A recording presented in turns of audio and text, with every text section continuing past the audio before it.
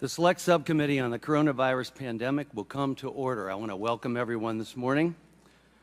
Pursuant to Committee on Oversight and Accountability Rule 7D, members of the committee may participate in today's Select Subcommittee hearing for purposes of questions. At the discretion of the Chair and pursuant to an agreement with the Committee on Energy and Commerce, the Chairman and Ranking Member of the Committee on Energy and Commerce, Subcommittee on Oversight and Investigations, Mr. Morgan Griffith and Ms. Kathy Castor are permitted to participate in today's hearings for the purposes of questions and give 3-minute opening statements. Without objection, pursuant to Clause 4A, 3A of House Resolution 5 and Clause 2J, 2C of House Rule 11, the Chair may recognize staff of the Select Subcommittee for questions for equal periods of time not to exceed 30 minutes. Pursuant to Rule 7D of the Committee on Oversight and Accountability, Mr. Jordan and Mr. Moskowitz, members of the full committee, may participate in today's hearing for the purposes of questions. I would like to remind members that the issues we are debating today are important ones and members feel deeply about. While vigorous disagreement is part of the legislative process, members are reminded that we must adhere to established standards of decorum in debate. There is a reminder that it is a violation of House rules and the rules of this committee to engage in personalities regarding other members or to question the motives of a colleague. Remarks of that type are not permitted by the rules and are not in keeping with the best traditions of our committee. The Chair will enforce these rules of decorum at all times and urges all members to be mindful of their remarks. Finally, without objection, the Chair may declare a recess at any time. I now recognize myself for the purpose of making an opening statement. Good morning and welcome, Dr. Fauci. First, I want to thank you for your decades of public service. You served your country through multiple epidemics, pandemics, and health crises. I do want to say I'm sorry about the threats that you have received. As someone who's been shot at and received threats as well, my heart goes out to you. This should never happen in America. Regardless of any disagreements we may have, you chose to serve, and I want to extend our appreciation and gratitude. I want to thank you publicly for working with our Doctors Caucus during Operation Warp Speed and the time you spent with us and Dr. Collins. I also want to thank you for your willing cooperation with the Select Subcommittee. You have voluntarily sat for more than 14 hours of testimony and are appearing voluntarily today. This is more than we can say about other witnesses we have called, and we appreciate it. Dr. Fauci, we're here to investigate the COVID-19 pandemic and to explore lessons learned, positive or negative, and to better prepare for future pandemics. Simply put, America cannot move forward, though, without looking back. We must know what went right and what went wrong in order to best ingrain proficiencies and remedy deficiencies. In 15 months, the Select Subcommittee has sent more than 115 investigative letters, conducted 30 transcribed interviews, resulted in hundreds of hours of testimony, held, including today, 27 hearings or briefings, and reviewed more than 1.5 million pages of documents. We aren't here to throw the baby out with the bathwater. That's not the intent. We are following the facts, holding wrongdoers accountable, and planning for a better, more prepared future. Beginning early in 2020, you became the figurehead of public health. There were drinks named after you. You got bobbleheads made in your likeness. You were on the cover of Vogue throughout the first pitch at a Washington Nationals game. Almost overnight, you became a celebrity and a household name, in addition to being a public health official. Americans from coast to coast and beyond listened to your words, and this is where I think we could have done better. And this goes to both sides of the aisle. We should have been more precise. We should have used words and phrases that are accurate and not misleading. And we should have been honest, especially about what we didn't know. Dr. Fauci, I'm not a virologist, but But I am a physician, and like most physicians, we are constantly learning, which is why we do continuing medical education, and we always seek new information. We learn new things based on new data, and we want to give our patients the best possible care based on new findings and improvements in science. At a time when you were prompting the proximal origin paper, whose focus was to, quote, disprove the lab leak theory, end quote, I was in lockdown, researching with another physician in Ohio to try and understand the pathology, the affected physiology, and what treatments worked, and even how to diagnose COVID before we had specific COVID tests. My friend even made a phone call to an infectious disease doctor in China looking for help. As well, during that time, we discovered the Barrick-Shih 2015 article on creating a chimera using gain-of-function type technology. While policy decisions should have been based on scientific data, some frankly were not. The burdensome 6-foot social distancing rule did not have sufficient scientific report. In your words, it just sort of appeared. Distancing made sense, but the 6 feet was arbitrary. Even Dr. Collins said he still hasn't seen any empirical evidence to support the 6-foot rule. A rule that shut down schools and businesses, a rule that will have negative ramifications for decades. As the pandemic wore on, more mandates also just sort of appeared. But the American public didn't get to see the scientific data to support these mandates. Americans were aggressively bullied, shamed, and silenced for merely questioning or debating issues such as social distancing, masks, vaccines, or the origins of COVID. Many Americans were willing to comply with the 15 days to slow the spread and understood the necessity of banning travel from certain countries in an attempt to slow down the virus. But many Americans became very frustrated when components of those 15 days stretched into years. And it should not have been the case that Americans were forced to comply with oppressive mandates when those who chose to illegally cross our southern border were not. Or when Governor Newsom or Governor Whitmer were throwing parties at nice restaurants. Not a good look. Americans do not hate science, but Americans know hypocrisy when they see it. Dr. Fauci, under your leadership, the United States health agencies adopted specific policy aims as a single dogmatic truth, without the benefit of debate, out of a desire for a single narrative. Dr. Fauci, you once said, if you disagree with me, you disagree with science. Science doesn't belong to any one person. I was never taught that science turns a blind eye to hypotheses. They serve to be proven or disproven, and done so with irrefutable facts, if able. It was interesting that you chose not to pursue an aggressive and transparent scientific investigation of both natural spillover and lab leak. We have been investigating both hypotheses. You testified before the Select Subcommittee in your transcribed interview that the lab leak theory was not a conspiracy theory. You embraced the proximal origin letter. It wasn't necessarily a full peer-reviewed research paper, but you embraced proximal origin letter and you shared it with the public from the White House lawn. You stated during your transcribed interview that you did not review published articles that considered a potential lab leak of COVID-19. This is especially concerning if the works in question were conducted at a more risky and less safe BSL-2 lab. Nevertheless, any dissent from your chosen scientific position was immediately labeled as anti-science. Anything less than complete submission to the mandates could cost you your livelihood, your ability to go into public, your child's ability to attend school. Families were thrown off planes and shamed when their 2-year-olds struggled to wear a mask.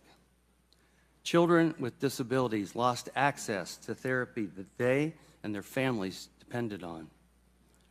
Students were out of the classroom and told to attend school remotely, even when the science clearly demonstrated it was safe for them to go back in the classroom. This harmed low-income students the most.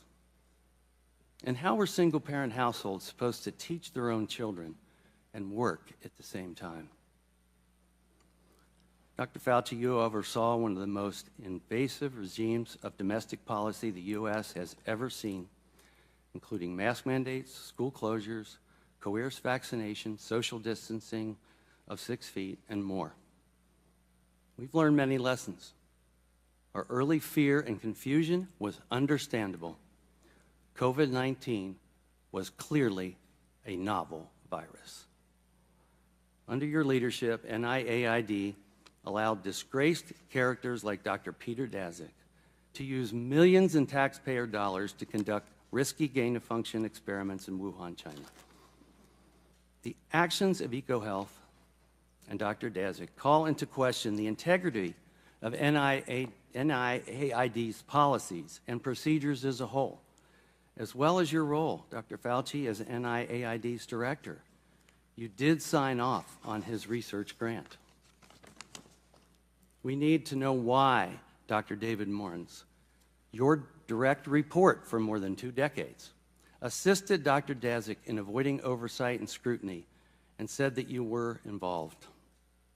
Your senior advisor and seemingly your chief of staff repeatedly attempted to evade transparency laws to shield information from public scrutiny.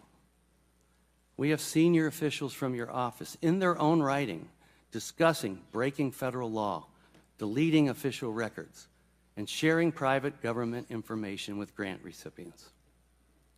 The office you directed and those serving under your leadership chose to flout the law and bragged about it. Why did you allow your office to be unaccountable to the American people? You were the highest paid person in the government. This makes you more accountable to the people, not less. Dr. Fauci, whether intentional or not, you became so powerful that any disagreements the public had with you were forbidden and censored on social and most legacy media time and time again. This is why so many Americans became so angry, because this was fundamentally un-American. If I make a mistake, I answer to the people of Ohio who elected me and to my own conscience.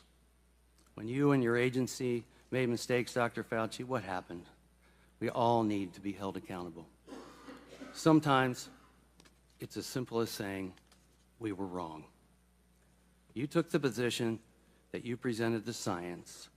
Your words came across to so many people as final and as infallible in matters pertaining to the pandemic. But such rigid demands of an ideologically diverse people, like Americans, shattered public trust in American health institutions. Because I said so has never been good enough for Americans, and it never will be. It's built into the American spirit. We have a thirst for information, a drive for advancement. Americans were first in flight. We landed on the moon. We've cured diseases. You've been part of that. And we made innumerable discoveries and explorations that forever changed humanity. Americans do not want to be indoctrinated. They want to be educated. And they prefer to make their health decisions in conjunction with the doctor that they know and trust. To be successful, our federal public health institutions must be accountable to the people again. To be successful, our health organizations must do what they are supposed to do: protect Americans. I look forward to a robust and on-topic discussion. I thank you. I would now like to recognize Ranking Member Ruiz for the purpose of making an opening statement. Thank you, Mr. Chairman. Hello, Dr. Fauci, and thank you for being here. When I was named ranking member of the Select Subcommittee last February, I made a commitment to follow the facts and objectively analyzing the origins of the COVID-19 pandemic. I made a promise to keep an open mind about how the pandemic started, because understanding whether the novel coronavirus emerged from a lab or from nature is essential to better preventing and preparing for future public health threats and to better protecting the American people. And as the origins of the novel coronavirus still remain inconclusive, I stand by these commitments to this day. But nearly a year and a half into House Republicans' extreme and chaotic majority, I believe we need to take stock of what the Select Subcommittee has accomplished and whether it has meaningfully improved our preparedness for the next public health threat in our nation. Under the guise of investigating the pandemic's origins, House Republicans have abdicated their responsibility to objectively examine how COVID-19 came to be and instead weaponized concern about a lab-related origin to fuel sentiment against our nation's scientists and public health officials for partisan gain. They have done so with one particular public health official in mind, Dr. Anthony Fauci.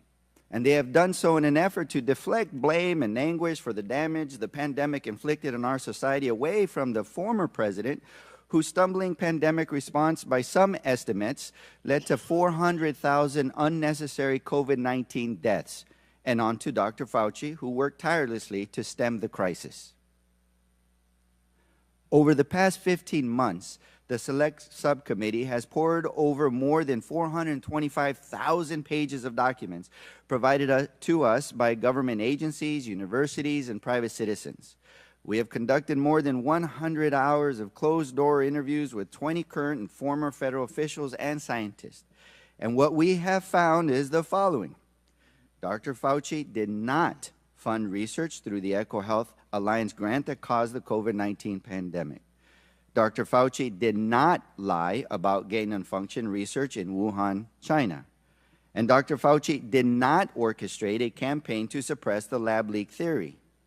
After 15 months, the Select Subcommittee still does not possess a shred of evidence to substantiate these extreme allegations that Republicans have levied against Dr. Fauci for nearly 4 years.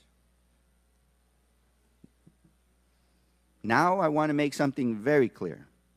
In the past month, the Select Subcommittee has held hearings where we have examined various serious issues of misconduct. In following the facts, Select Subcommittee Democrats uncovered troubling misconduct by Dr. Peter Daszak and EcoHealth Alliance, including potential efforts to mislead the federal government about the nature of its work through the evasion of reporting and transparency requirements. And less than 2 weeks ago, we heard from Dr. David Morin's about his flagrant violation of the Freedom of Information Act's transparency requirements and the potential destruction of federal records. Both Dr. Daszak and Dr. Morin's deserve to be held accountable for betraying the public's trust. To hold them accountable is not anti-science. It is the defense of our federal scientific and research institutions' decades-long legacy of advancing the scientific enterprise to safeguard human health. But baselessly suggesting without evidence that these discrete instances of misconduct are equivalent to our nation's scientists and public health officials causing the COVID-19 pandemic, which has killed more than 1 million Americans and inflicted an immeasurable toll on our society, is also a betrayal of the public's trust, which each of us are stewards of as elected members of this body. Today's hearing comes at a pivotal moment for our nation's public health. With the darkest days of the COVID-19 pandemic behind us, thanks to the Biden administration's leadership, we are now faced with a crisis of declining confidence in the very science and public health interventions that lifted our society from one of the most challenging periods in our nation's history. And as we look to the future, we find ourselves at a fork in the road. We can go down the path of fueling mistrust in the interventions that saved us, like vaccines, masking, and social distancing, and the public health officials like Dr. Fauci, who worked tirelessly and with extremely limited and evolving information about a novel virus to save lives during one of the greatest crises of our time. Or we can work constructively on the forward-looking policies and solutions that we know are necessary to prevent and better prepare us for the public health threats that are yet to come. Since my first day as ranking member, I set out to take the latter path, the path of putting people over politics and prioritizing solutions to better prepare us for the next pandemic. And it has been my hope that Republicans would join Democrats in the forward-looking work that will better protect our constituents. Strengthening oversight of potentially risky research domestically and abroad is an essential part of this conversation, and so is closing pathways for zoonotic transfers of viruses in nature and investing in our public health infrastructure to ensure that when future viruses arrive, we are ready. When Democrats were in the majority, we made important strides in these objectives by passing the Consolidated Appropriations Act of 2023, which strengthened the protections against undue influence in our biomedical research, improved training and transparency for the handling of select agents, paved the way for the interagency collaboration to fortify zoonotic disease prevention, invested in our infectious disease workforce, and enhanced our supply chain preparedness and ability to rapidly develop and deploy medical countermeasures. And ahead of today's hearing, more than 90 health and medical organizations, including the American Public Health Association, the American College of Physicians, the American Academy of Family Physicians, the Infectious Disease Society of America, the Association of State and Territorial Health Officials, and the National Association of County and City Health Officials wrote to the Select Subcommittee urging us to, quote, stand against efforts to weaken the ability of the nation's public health agencies to protect the nation's health, and to take additional action to fortify our nation's public health workforce and infrastructure. I seek unanimous consent to enter this letter into the hearing record. Without objection. As we sit here today, I have not lost hope that in the remaining months of the Select Subcommittee, we can work together to build on this legacy and make objectively examining the origins of the novel coronavirus a part of this forward-looking work. I stand by my commitments I mentioned earlier to take a serious, balanced look at all possibilities for the origins of COVID-19 pandemic. And I stand ready to work with every member of this Select Subcommittee on this critically important mission so that we can save future lives. And I believe I still have some time left. So at that, I'd like to recognize Mr. Raskin with the remaining time. Thank you, Dr. Ruiz. Public health is a matter of urgent and comprehensive public concern. Under Donald Trump, when the COVID-19 pandemic began and spun out of control, we came close to becoming a failed state, which the political scientists define as a state that cannot deliver the basic goods of existence to its people. According to Dr. Deborah Birx, Donald Trump's own COVID-19 advisor, America unnecessarily lost hundreds of thousands of people because of the recklessness and indifference of Donald Trump and his administration. Now the people who brought you the political big lie, claiming absurdly that Trump won the 2020 election, which he lost by more than 7 million votes, now bring you the medical big lie, making the outlandish claim that Dr. Fauci was responsible for causing COVID-19. Using the Select Subcommittee as a platform for this disinformation, House Republicans now find themselves in the familiar position where their own investigation debunks their runaway political rhetoric. Just like the broader committee's impeachment drive proved only that there were no presidential crimes, much less high crimes and misdemeanors attributable to Joe Biden, the investigation of Dr. Fauci shows he is an honorable public servant who has devoted his entire career to the public health and the public interest, and he is not a comic book supervillain. He did not fund research to create the COVID-19 pandemic. He did not lie to Congress about gain-of-function research in Wuhan. And he did not organize a lab leak suppression campaign. Today, Dr. Fauci's testimony, along with the thousands of pages of documents and dozens of closed-door testimony provided to House Republicans as part of the COVID origins investigation, will dispel these hysterical claims and reveal that the people bowing down to a twice-impeached convicted felon who told Americans to inject themselves with bleach now want you to believe not only a big political lie, but a big medical lie, too. I hope that this committee will be able to correct all of the propaganda and disinformation today, and we will be able to actually return to what the good ranking member has said, which is an authentic investigation of the origins of the pandemic. And I will yield back to the gentleman. And I yield back. I now recognize Mr. Griffith for a 3-minute statement. Good morning. I want to again thank the leadership of this committee for including the Energy and Commerce Committee in this hearing. Dr. Fauci, the recent revelations that Dr. Morenz, a senior advisor, and your Chief of Staff, Greg Folkers, routinely evaded federal records laws, including the Freedom of Information Act, or FOIA, and those were a shock. That was a shock. I've been doing oversight now for over 14 years, or right at 14 years, and the scale of the effort to evade FOIA by some at the National Institute of Allergy and Infectious Diseases, or NIAID, has surprised even me. These men were among your most senior and trusted staff at an agency you led for nearly 40 years. They worked for you for decades. Your calendars show that you met with them multiple times a week during the pandemic. You co-authored dozens of papers with Dr. Morenz. He directly implicates you.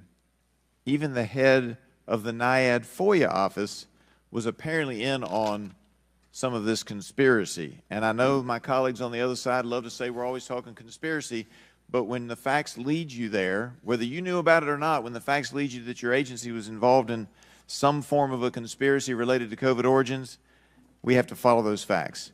It is hard to believe that all of this occurred without your knowledge and or approval. In civil law, when one party has destroyed or refuses to produce evidence that's within its possession, a jury is allowed to draw an adverse inference that the information destroyed or not produced was unfavorable.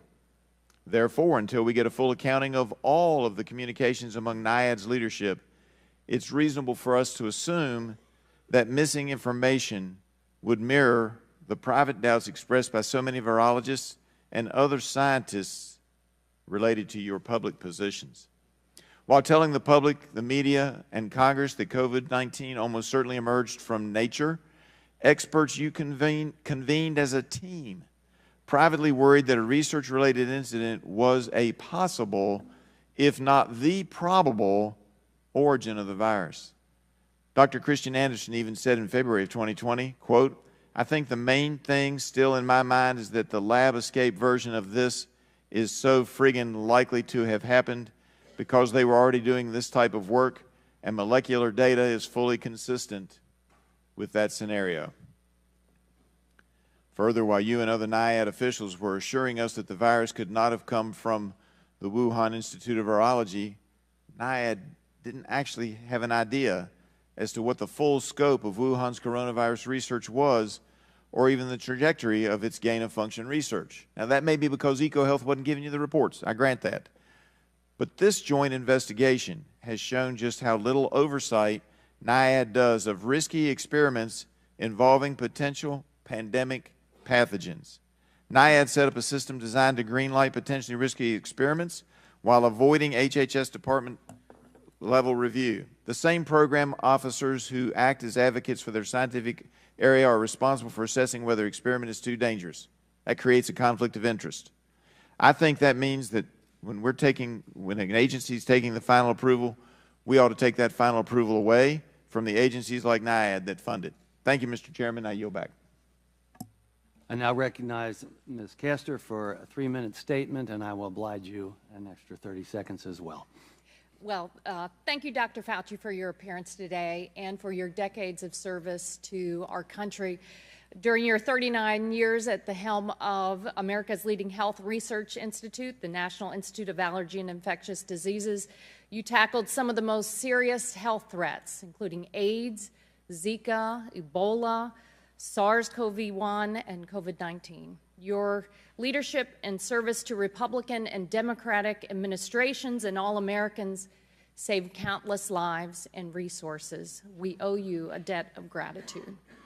While the evidence to date points to COVID-19 having originated from an animal market in China, the Chinese Communist Party has blocked access to important information that could help confirm the origin of the virus.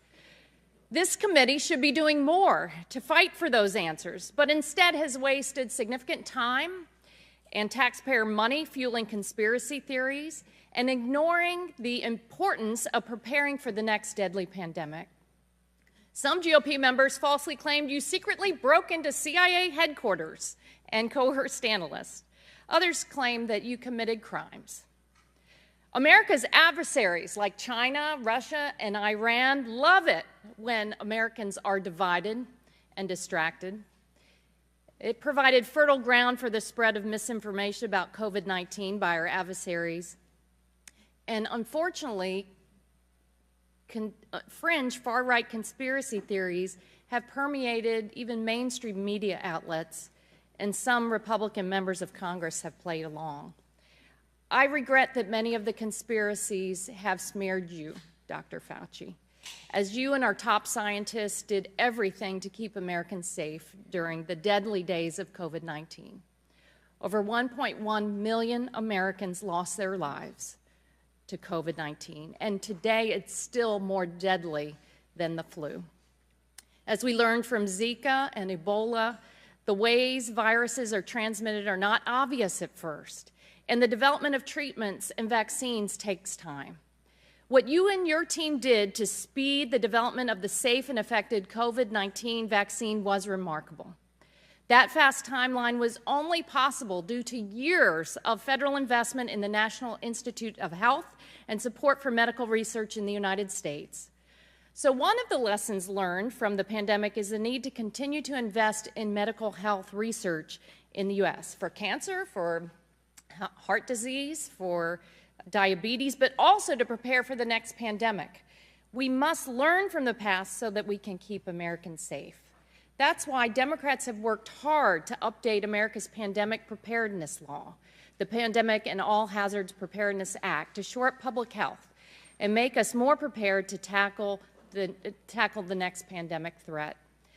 It's not too late for Republicans to join us and turn the least productive Congress in modern history into one where we are all focused on solutions for the American people to make our country safer and stronger. Democrats were able to prevent harmful rollbacks in medical research last year, and I urge my GOP colleagues to join us and move away from threatening and undermining American medical research at every turn. Public health threats are constantly emerging. In the past month alone, we have been tracking new strains and variants of H5N1, Mpox, and SARS-CoV-2. Dr. Fauci, I'm sorry for the personal attacks you have received and may have to deal with today. But while you are here, I want you to know that the vast majority of Americans appreciate your work over the years. I look forward to continuing to learn from you, to learn everything possible about how we can take the pandemic lessons learned and put them to use to help keep our community safe and healthy. Thank you, and I yield back my time. Thank you.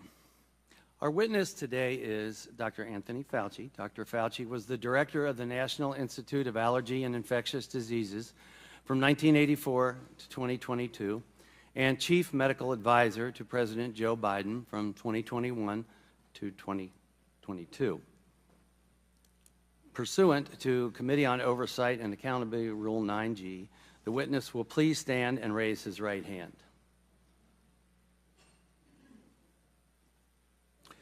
Do you solemnly swear or affirm that the testimony that you are about to give is the truth, the whole truth, and nothing but the truth, so help you God? Thank you. Let the record show that the witness answered in the affirmative. The Select Subcommittee certainly appreciates you for being here today, and we look forward to your testimony. Let me remind the witness that we have read your written statement, and it will appear in full in the hearing record. As requested, please limit your oral statement to 6 minutes. As a reminder, please press the button on the microphone in front of you so that it is on and the members can hear you. When you begin to speak, the light in front of you will turn green. After 5 minutes, the light will turn yellow, and when the red light comes on, your 6 minutes has expired, and we would ask that you please wrap up. I now recognize Dr. Fauci to give an opening statement. Mr. Chairman, Ranking Member Ruiz, members of the subcommittee, thank you for this opportunity to testify. Prior to my retirement from federal service in December 2022, I had been at the NIH for 54 years and director of NIAID for more than 38 years. In those posts, I was deeply involved in the scientific and public health response to several infectious diseases outbreaks, including HIV/AIDS, pandemic flu, Ebola, and Zika. And so, under my leadership, we were well positioned to respond to COVID-19. For at least 2 decades prior to the COVID outbreak, we at NIAID had invested billions of dollars in research on mRNA technology and immunogen design, both of which led to the swift development of COVID vaccines. Less than 11 months after the identification of this new virus, safe and highly effective vaccines were widely available, an unprecedented accomplishment in the history of vaccinology that saved tens of millions of lives worldwide. I will now use my remaining time to directly address certain issues that have been seriously distorted concerning me. The first issue concerns my actions regarding the possibility that SARS-CoV-2 might have resulted from a lab leak. On January 31st, 2020, I was informed through phone calls with Jeremy Farrar, then director of the Wellcome Trust in the UK, and then with Christian Anderson, a highly regarded scientist at Scripps Research Institute, that they and Eddie Holmes, a world-class evolutionary biologist from Australia, were concerned that the genomic sequence of SARS-CoV-2 suggested that the virus could have been manipulated in a lab. I participated in a conference call the next day with about a dozen international virologists to discuss this possibility versus a spillover from an animal reservoir. The discussion was lively, with arguments for both possibilities. 2 participants have testified before this subcommittee that I did not try to steer the discussion in any direction. It was decided that several participants would more carefully examine the genomic sequence. After this further examination, several who at first were concerned about lab manipulation became convinced that the virus was not deliberately manipulated. They concluded that the most likely scenario was a spillover from an animal reservoir, although they still kept an open mind. They appropriately published their opinion in the peer-reviewed literature. The accusation being circulated that I influenced these scientists to change their minds by bribing them with millions of dollars in grant money is absolutely false and simply preposterous. I had no input into the content of the published paper. The second issue is a false accusation that I tried to cover up the possibility that the virus originated from a lab. In fact, the truth is exactly the opposite. I now quote from an email that I sent to Professor Farrar on February 1, 2020, quote, "Jeremy, I just got off the phone with Christian Anderson, and he related to me his concern about the furin site mutation in the spike protein of the virus. I told him that as soon as possible, he and Eddie Holmes should get a group of evolutionary biologists together to carefully examine the data to determine if his concerns are validated, and they should report it to the appropriate authorities. I would imagine that in the USA, this would be the FBI, and in the UK, it would be MI5. In the meantime, I will alert my U.S. government official colleagues of my conversation with you and Christian and determine what further investigation they recommend. Let us stay in touch. Best regards, Tony," unquote. It is inconceivable that anyone who reads this email could conclude that I was trying to cover up the possibility of a lab leak. I have always kept an open mind to the different possibilities. Another issue is that of Dr. David Morans, who has the title of Senior Advisor to the NIAID Director, and who recently has been investigated for conduct unbecoming a government official. Naturally, given his title, a connection is made to me. With respect to his recent testimony before this subcommittee, I knew nothing of Dr. Moran's actions regarding Dr. Daszak, EcoHealth, or his emails. It is important to point out for the record that despite his title, and even though he was helpful to me in writing scientific papers, Dr. Morans was not an advisor to me on institute policy or other substantive issues. At NIAID, we had weekly executive committee meetings of the Institute leadership and daily morning meetings of my immediate staff. And to the best of my recollection, he attended neither of these. Furthermore, his office is located in a different building from that of the NIAID director. Finally, in a majority staff memorandum of May 22nd, 2024, there is a statement, quote, Dr. Fauci may have conducted official business via personal email, unquote. Let me state for the record that to the best of my knowledge, I have never conducted official business using my personal email. Thank you for listening. I would be happy to address these and any other issues in the discussion period. Thank you. I now recognize myself for as much time as I may consume for questions, with equal time being afforded to the ranking member. Dr. Fauci, February 1, 2020, you were on a call with Dr. Farrar, Dr. Collins, and other scientists regarding the potential that COVID-19 was engineered. Was CDC Director Redfield on that call? No, he was not. Okay. Dr. Fauci, you've said that you had to rely on virologists and evolutionary biologists regarding origins because you're not an expert. Is Dr. Redfield a virologist? I believe he is. Yeah. He is. Prior to the pandemic, NIAID awarded at least 3 grants via the New York Blood Center to Dr. Zhao Yusen. Are you aware of these? I'm sorry, to Dr. Yusen Zhao. Are you aware of those grants? Dr. Yusen Zhao. Your microphone is not on, Doctor. Your microphone is not on. I'm not familiar with that name. Okay.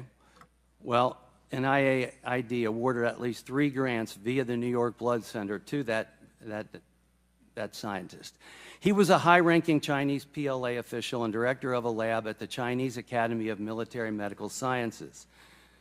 Does it concern you if U.S. taxpayer dollars are funding someone like this? Grants that are submitted to the NIAID go through a very extensive... Does it concern you? I'm not talking about the process Well, right I don't now. know Does it anything concern you that that U.S. taxpayer dollars would be going to someone who's a high-ranking Chinese PLA official? Yes or no? I would have to know more about that, Mr. Chairman, Okay. because I don't even Well, know it the concerns person me. you're talking about. Are you or were you ever aware that the U.S. State Department in 2005 issued warnings that the Chinese government was working on the creation of bioweapons? I was not aware of that. Thank you. Did you ever discuss the Chinese bioweapons program with anyone in the intelligence community? I've never discussed the Chinese bioweapons program, to my knowledge, with anybody. Before, during, or after the COVID-19 pandemic, did you speak to the FBI, CIA, DIA, or any U.S. intelligence agency concerning viral research of any kind? What time frame are you talking about, sir? I said before, during, or after the COVID-19 pandemic. Did you speak to the FBI, CIA, DIA, or any U.S. intelligence agency concerning viral research of any kind? I can't give you the specifics of it, but back in the time of the anthrax attacks, we certainly had a number of briefings of by agencies that were intelligence agencies. I don't remember who they were. It could have been any of the above that you mentioned, about the possibility that there were bioweapons that had fallen into the hands of bad actors, i.e. terrorists, that might have been used potentially as a bioterror attack. That was at a time when we had thought that the anthrax attacks... I appreciate that. I appreciate your expertise in that. Well, that's the answer. But did you at any time talk concerning viral research of any kind? Again, I say that at the time that there was concern about the fact that Al-Qaeda may have been using or potentially using bioweapons, we had discussions with intelligence agencies about that possibility. But not as related to, say, COVID-19. Not to my knowledge about COVID. Now, but let me just make sure we get the facts. After the investigations began about COVID, I was briefed by intelligence agencies about possibilities of there being activities going on in different laboratories. I was briefed by intelligence agencies. Thank you. Science is always open to debate, and it's a benefit. The science supported restricting travel from certain countries at the beginning of the pandemic, and after these orders went into effect, the president was called racist and xenophobic. Dr. Fauci, you said in your transcribed interview that you supported those orders. Dr. Fauci, were those orders racist and xenophobic? No, they were not. Thank you. The vaccine saved millions of lives, and I want to thank you for your support and engagement on that. However, despite statements to the contrary, it did not stop transmission of the virus. Did the COVID vaccine stop transmission of the virus?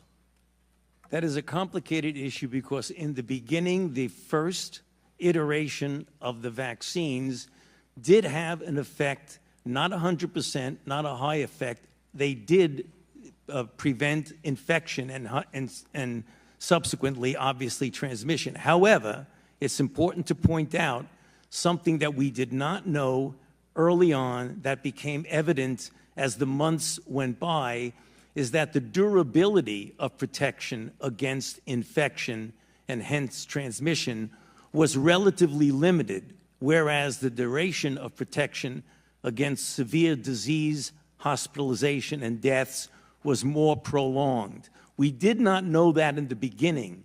In the beginning, it was felt that, in fact, it did prevent infection and thus transmission, but that was proven as time went by to not be a durable effect.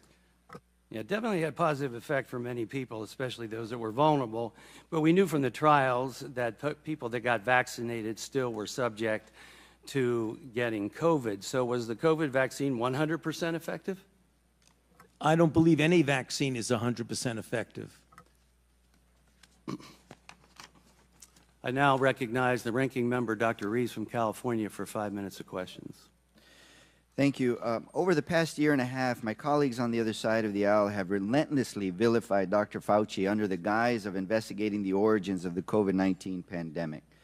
But after reviewing nearly 500,000 pages of documents, conducting 20 closed-door interviews, and receiving testimony from nearly a dozen witnesses brought before this select subcommittee for public hearings, they have come up empty-handed for evidence of their extreme allegations that Dr. Fauci lied about gain-of-function research at the Wuhan Institute of Virology and caused the COVID-19 pandemic. So I'd like to address both of the Republican claims in turn. Throughout the majority's investigation, the Select Subcommittee has heard 3 definitions for gain-of-function research. Of the 3, Republicans have relied heavily on an overly broad definition that has no regulatory significance. Let me repeat that. No regulatory significance. In fact, their definition is so broad that it would include the manufacture of flu vaccines as gain of function. Because it is so broad, the National Institute of Health does not use that definition when assessing whether proposed research is or is not, quote-unquote, gain of function research. For those assessments, NIH has instead appropriately used the definitions provided in regulations.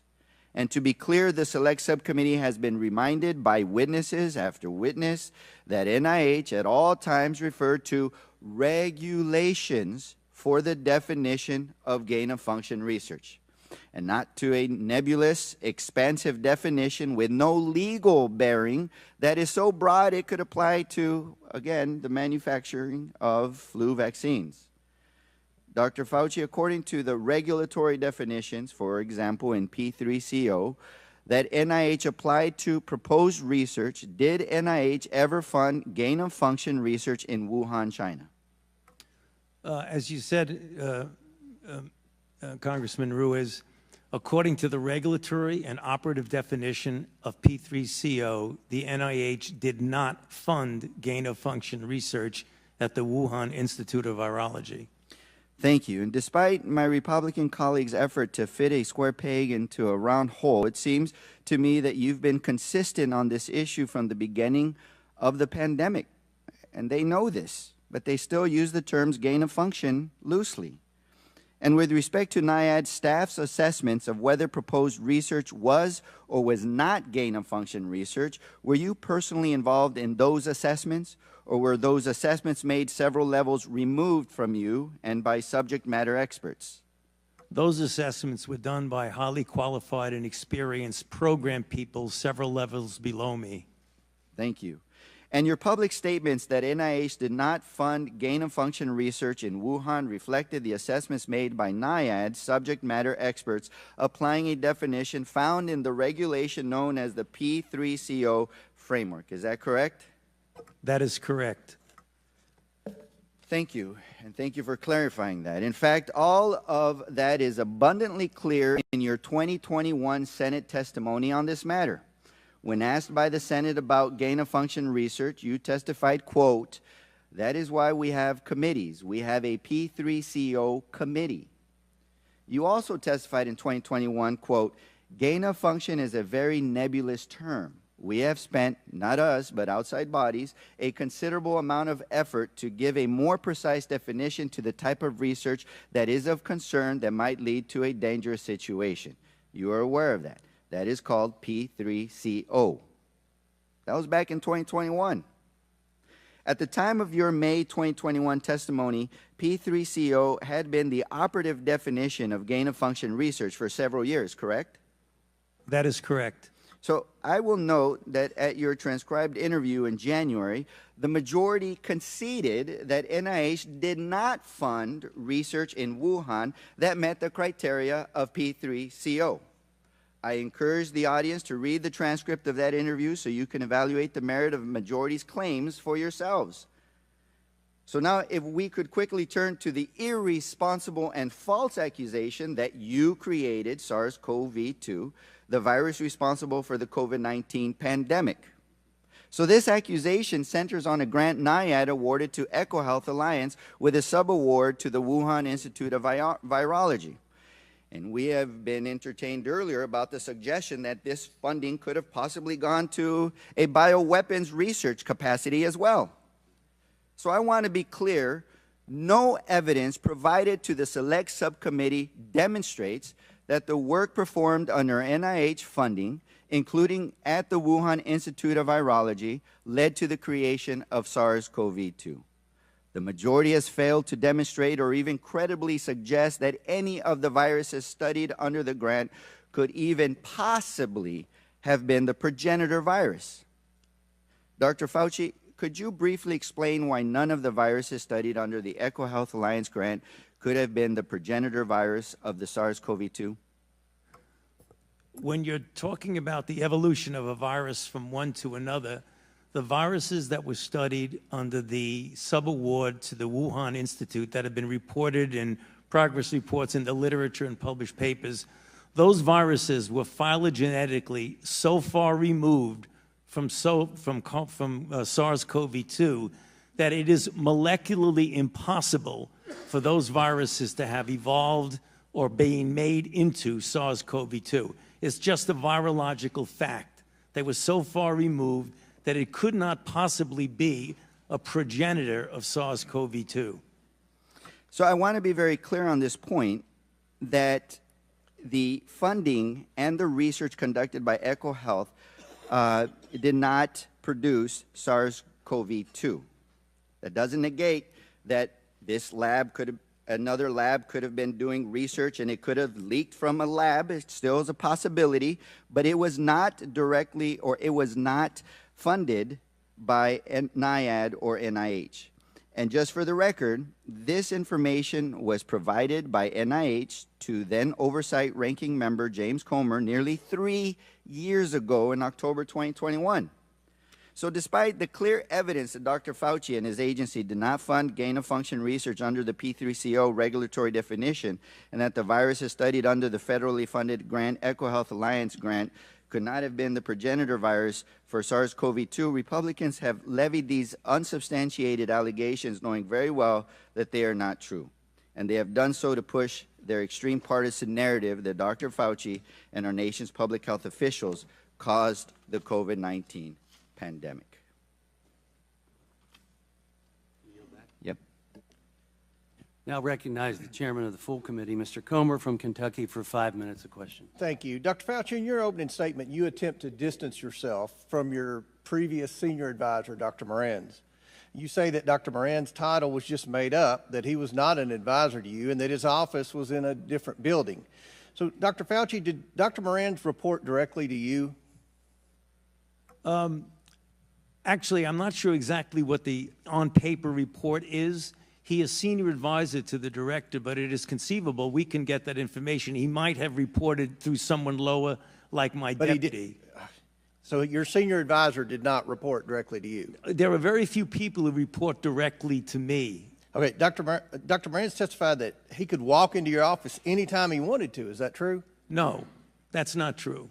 You don't just walk into the office. I mean, he's there. I mean, it's conceivable that Did he ever walk into your office? I would say he did occasionally, but the idea, can I finish the answer to you, sir? No, because I've got a lot of questions. Okay. Dr. Fauci, did you ever delete an official record? No. Dr. Fauci, did you ever conduct official business via email? To the best of my recollection and knowledge, I have never conducted official business via my private email. So there's a troubling pattern of behavior from your inner circle, not just Dr. Moran's, but also your chief of staff, Mr. Folkers. Do you agree that it violates NAID policy to use personal email for official purposes? The Dr. Moran's issue that was discussed by this committee violates NIH policy, yes. But does using official email, using a personal email for official business, does that violate policy? Using a personal email for official business violates NIH policy. Does it violate NIAID policy to delete records to intentionally avoid FOIA? Yes. Okay. On April 28, 2020, Dr. Moran's edited an EcoHealth press release regarding the grant termination. Does that violate policy? That was inappropriate for him to be doing that for a grantee as a conflict of interest, among other things. So on March 29, 2021, Dr. Moran's edited a letter that Dr. Dasick was sending to NIH. Does that violate policy? Yes, it does. On October 25, 2021, Dr. Moran's provided Dr. Dasick with advice regarding how to mislead NIH on EcoHealth's late progress report. Does that violate policy?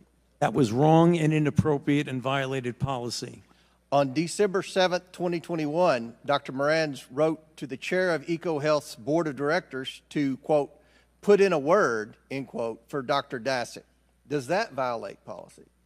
Should not have done that. That was wrong.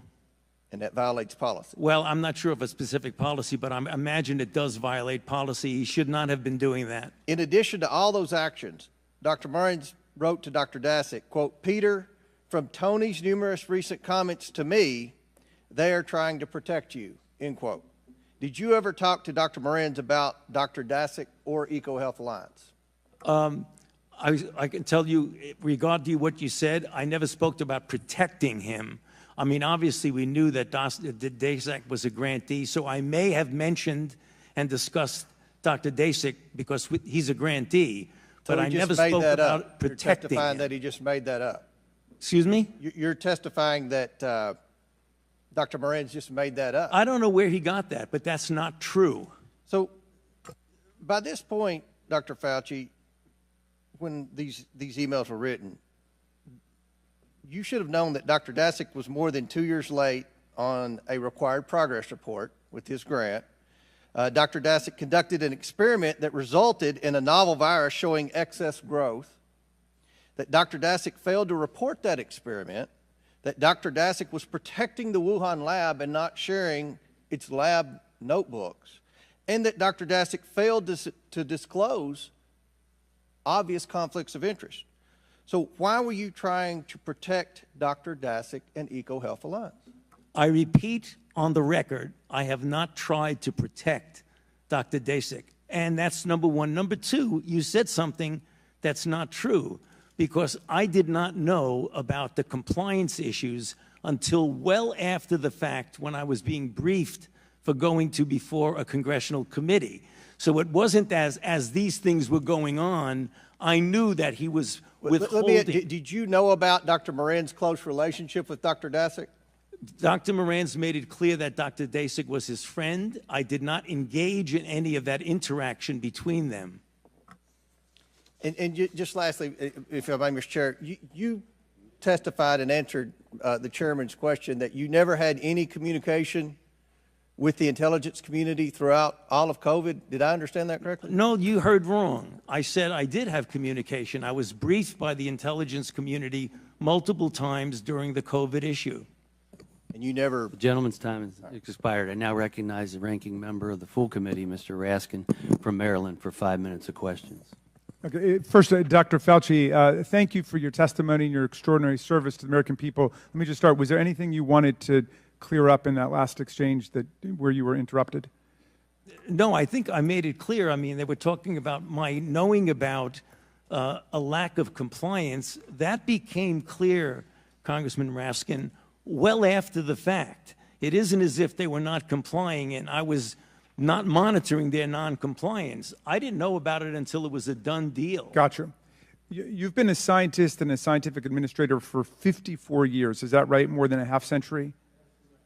And correct. You were director of the National Institute of Allergies and Infectious Diseases for more than 3 decades. Is that right? 38 plus years. 38 years, okay. And I assume that you've never been accused of trying to start a disease before. Is that right? That is correct. You have devoted your life to fighting infectious diseases for the American people. Is that right? That is correct. I want to go back to this email that you cited in your opening, because I think it goes right to the heart of this campaign of character assassination against you. The claim was essentially that you tried to cover up the possibility of there having been a laboratory leak, which of course is perfectly possible, and if this committee were doing its job, we could actually be working to advance the investigation of that. But they would rather assert that you tried to cover up this possibility. Here's the email that you sent on February 1st at 12:38 a.m. To Christian Anderson, with a copy to Christian Anderson, but you sent it to Professor Jeremy Farrar. Jeremy, I just got off the phone with Christian Anderson, and he related to me his concern about the furin site mutation in the spike protein of the currently circulating 2019 nCoV. I told him that as soon as possible, he and Eddie Holmes should get a group of evolutionary biologists together to carefully examine the data to determine if his concerns are validated. He should do this very quickly. And if everyone agrees with this concern, they should report it to the appropriate authorities. I would imagine that in the USA, this would be the FBI. And in the UK, it would be MI5. It would be important to quickly get confirmation of the cause of his concern by experts in the field of coronaviruses and evolutionary biology. In the meantime, I will alert my U.S. government official colleagues of my conversation with you and Christian and determine what further investigation they recommend. Let us stay in touch. Best regards, Tony. Was this the email where you were putatively trying to cover up the possibility of a lab leak? Yes, Congressman Raskin, and that's the reason why I mentioned in my opening statement that is it inconceivable that anyone could get out of that I was covering anything up.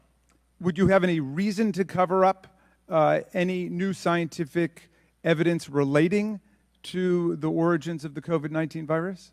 Absolutely not, and that's the reason why it was important to get people together to discuss this in a transparent way. Have you spent your whole life trying to determine the causes of infectious diseases and then to stop them to protect the American people?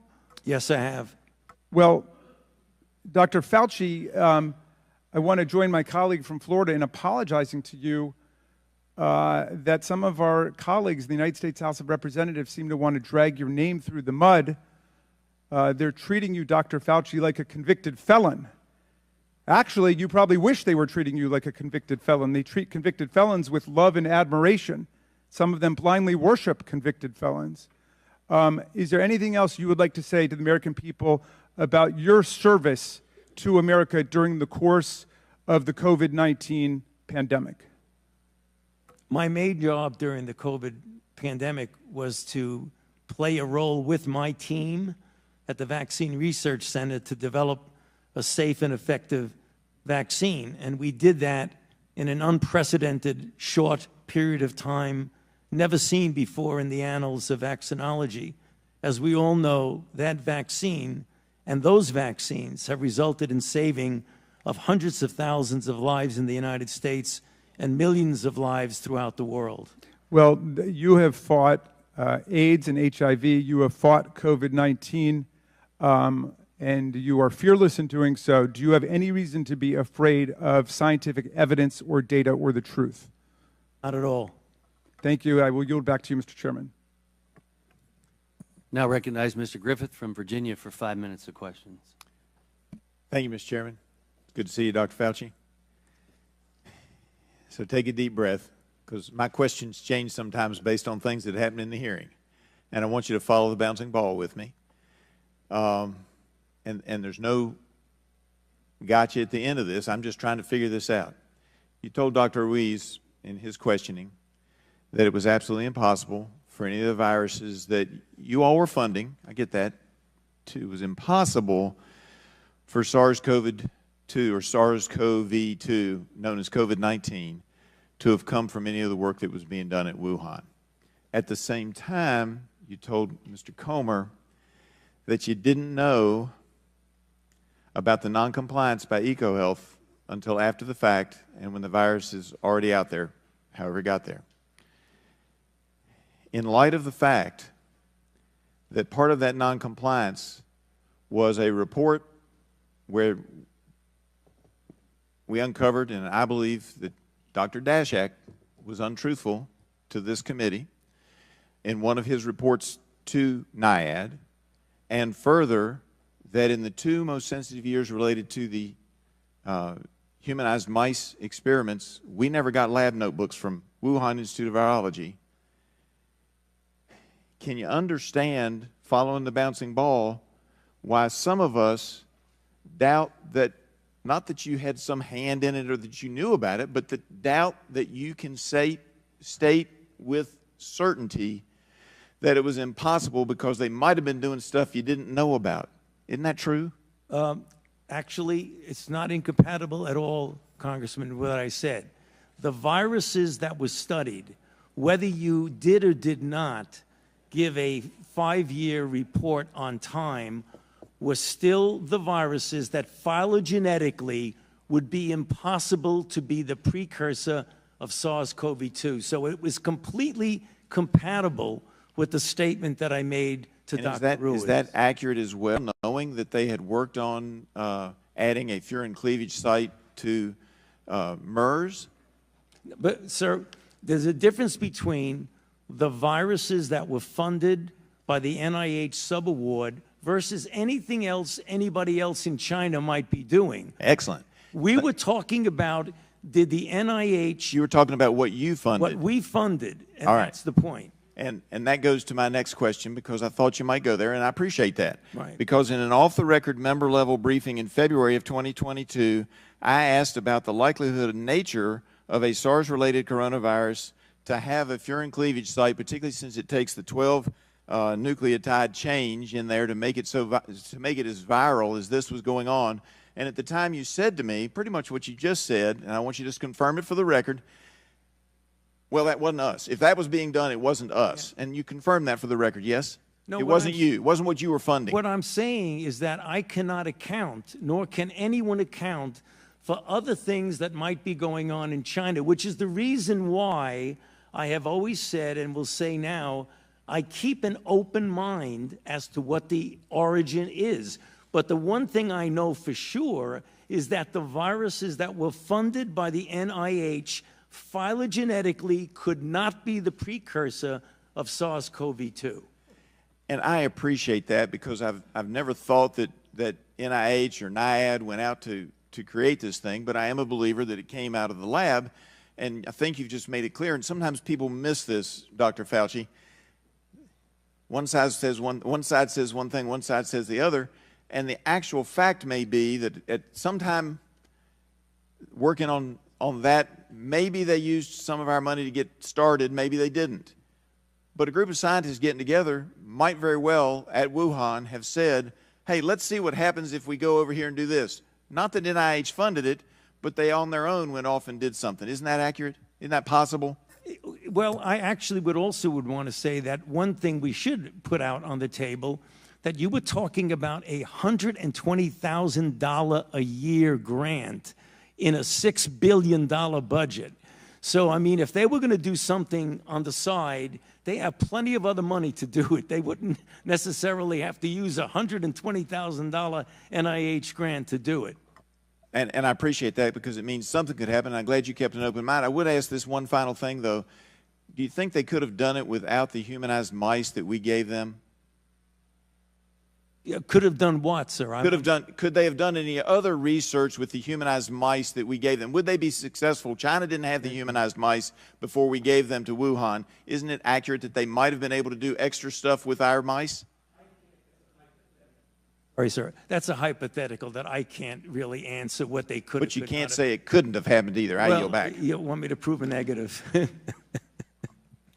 Now recognize Ms. Castor from Florida for 5 minutes of questions. Thank you, Mr. Chairman. You know, these special investigative committees are intended at the outset to bring light to difficult matters, and I think, unfortunately, this select committee has brought more heat than light to things. And one example is nearly 5 months ago, Dr. Fauci sat for a 14-hour voluntary interview with the subcommittee. I was there for that interview, which included exchanges on many important questions on research, safety, long COVID, vaccine development, and the importance of strong public health systems in our local communities. Also, we discussed pandemic preparedness, like stockpiling supplies for our hospitals in advance of the next pandemic. But I want the public to know that for 5 months, the Republicans sat on that transcript.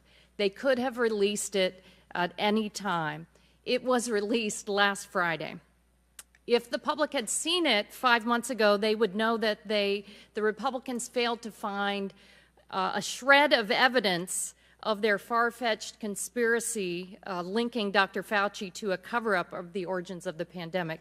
Instead, the Republicans contorted and mischaracterized Dr. Fauci's words over Twitter to gin up conspiracies about NIH's role in the origins of the pandemic.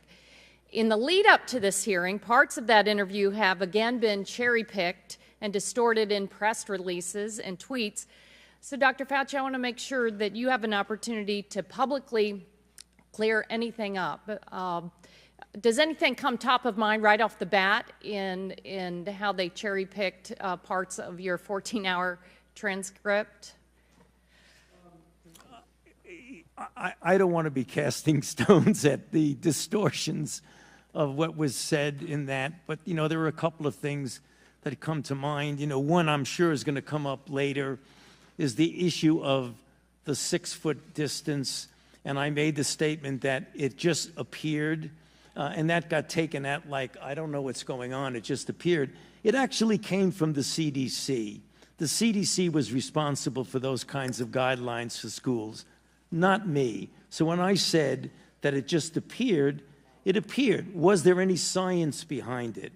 What I meant by no science behind it is that there wasn't a controlled trial that said compare 6 foot with 3 feet with 10 feet. So there wasn't that scientific evaluation of it. What I believe the CDC used for their reason to say 6 feet is that studies years ago showed that when you're dealing with droplets, which at the time that the CDC made that recommendation, it was felt that the transmission was primarily through droplet, not aerosol, which is incorrect because we know now aerosol does play a role. That's the reason why they did it. It had little to do with me since I didn't make the recommendation, and my saying there was no science behind it means there was no clinical trial that proved that. That's just one of the things that got a little distorted in the response to that. And I've learned and watched you over the years. I have to go back to the Zika outbreak, where we didn't know how exactly it was being transmitted, and at one point we weren't aware that some of it was sexually transmitted. That's an example of why, with these public health threats, that you learn unfortunately as we go along. Talk a little bit about the Zika health threat and how that we didn't know what was happening in early days. Your microphone. All right. I'm glad you brought that up because it really is also reflective of what went on in the early months of COVID. When you're dealing with an outbreak that's a novel outbreak, the Zika outbreak that caused microcephaly was novel. We have never seen that before. COVID was novel. We'd never seen that before. When you're dealing with a new outbreak, things change. The scientific process collects the information that will allow you at that time to make a determination, a recommendation, or a guideline. As things evolve and change and you get more information, it is important that you use the scientific process to gain that information and perhaps change the way you think of things, change your guidelines, and change your recommendation. And that really goes across the board because you're dealing with something that needs to be modified because it's a moving target. Zika was a moving target. COVID was a moving target. Well, thank you very much, and I want to thank the Democratic staff for your minority report, and if it's not already submitted for the record, I'd like to ask unanimous consent to offer into the record the Democratic staff report just completed. Republicans, Fauci flop. Select Committee's 15-month probe fails to find evidence of extreme claims linking Dr. Fauci to COVID-19's origins. And thank the staff. This is an outstanding report that folks should read. Thank you. Now recognize Ms. Maliotakis from New York for 5 minutes of questions. Thank you, Mr. Chairman. I think many of us in the committee are really disturbed by revelations to this committee that there were officials at NIH that deleted government records, they deleted they used personal information, personal emails to communicate and circumvent freedom of information laws. So I just had a couple questions about that. Dr. Fauci, did you delete any emails or records related to the Wuhan lab or the origins of the virus? No, I did not. Okay. Dr. Morins said in a May 2021 email, he indicated that he was connecting people to you in a, quote, secret back channel. Do you know what he was referring to? I don't have any idea what he's talking about. There is no back channel at NIAID. Okay, there is, he also said in another email that there is no worry about Freedom of Information Act. I can send stuff to Tony on his private email.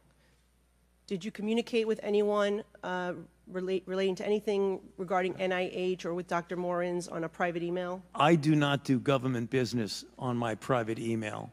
Okay, so have you communicated with Dr. Morins via private email, even if it was not necessarily your definition of government business? It might have been because, as I mentioned in my opening statement, one of his functions is to write chapters, medical scientific chapters with me, so it is conceivable that I communicated with him on my private email when we were writing a chapter, and that was not official. What about Peter Daszak?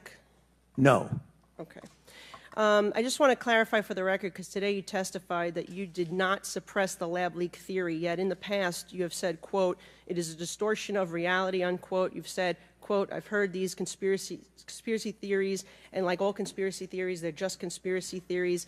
That's what you told the American people. And so would you like to clarify what science were you following then versus now? Yeah, no, I've also been very, very clear and said multiple times that I don't think the concept of there being a lab leak is inherently a conspiracy theory. What is conspiracy is the kind of distortions of that particular subject, like it was a lab leak and I was parachuted into the CIA like Jason Bourne and told the CIA that they should really not be talking about a lab leak. Thank you. That's the conspiracy. Appreciate that. Dr. Fauci, how much have you earned from royalties from pharmaceutical companies since the pandemic began in 2021? Zero. It says NIH scientists made $710 million in royalties from drug makers. You're saying that you did not receive any of the $710 million. On COVID, I received, I think, $122 for a monoclonal antibody that I made 27 years ago. Okay, so just in general, though, how much have you received, not related to COVID, just in general, how much have you received in royalties between 2021 and 2023? I think none. Okay, so somebody received the $710 million. Somebody did, but not me. You didn't receive any royalties. Okay. I mean, I see no royalties associated with COVID. I mentioned. Yeah, I said. No, I want. No, I just said. I'm on the record, and I want to make sure that this is clear. That I've developed a monoclonal antibody about 25 years ago that's used as a diagnostic that has nothing to do with COVID, and I receive an average of about $120 a year from that Okay, patent. but the bottom line here is that scientists at NIH did receive $710 million in royalties, and I guess my question is, don't you think that if these experiments are made using American tax dollars, that any of those royalties, this nearly billions of dollars, should be going back to the American taxpayer, not in the pockets of the scientists? Do you believe that's a law that we should consider changing? If you want to change the patent laws and the Bayh-Dole Act, then go ahead. Okay. But that's not for me to say. I'm asking your opinion. Okay. Well, anyway, moving on, I just want to say that, we know billions of dollars have been funding these animal experiments, both here domestically and in foreign lands. I'm very troubled by the cruel, horrific animal research that has been done on U.S. land and in foreign laboratories. Taxpayers are footing the bill for billions of dollars. These beagle puppies that have their throats slit, they are being injected with ticks, they are murdered after just a few months, piglets, rabbits, you name it.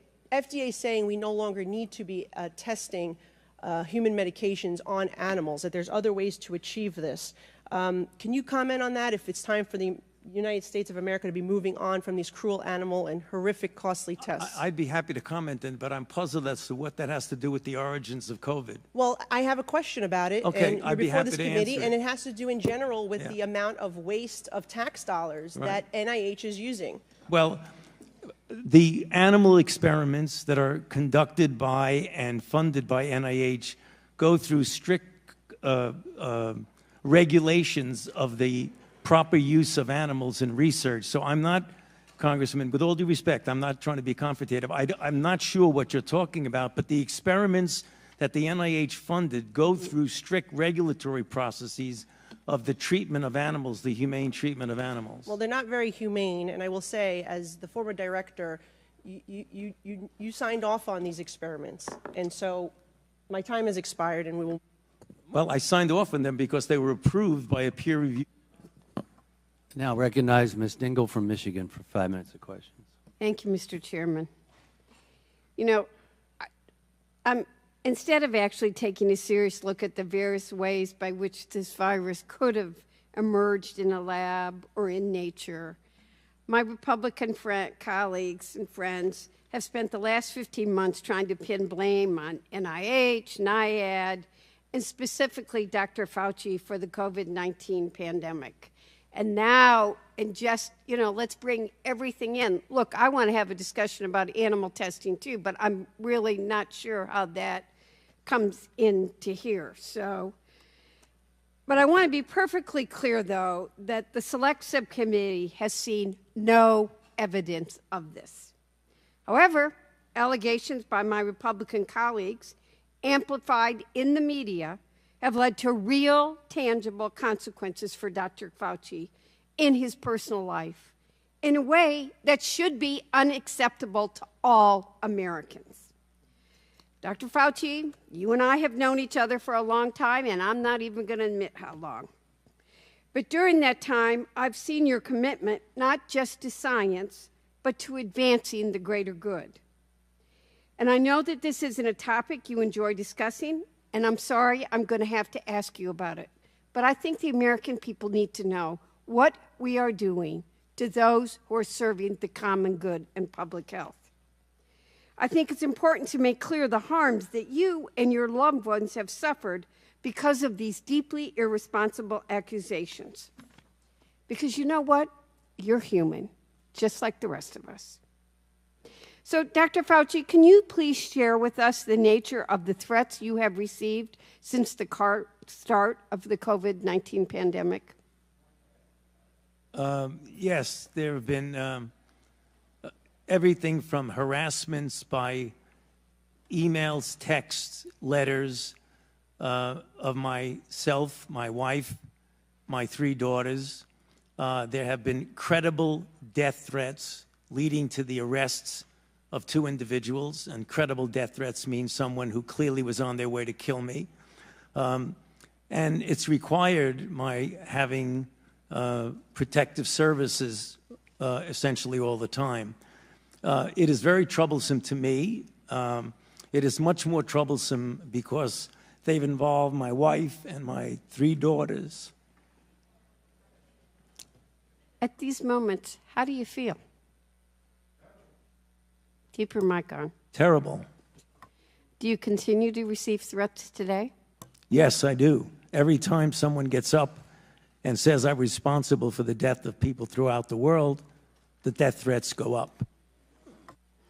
It's unacceptable that you've been treated this way, especially after you've dedicated your life to science and research for the public interest. You deserve better. Every human being deserves better. And I'm afraid that the treatment you've received will also have far-reaching consequences for the future of science, particularly when done for the public good.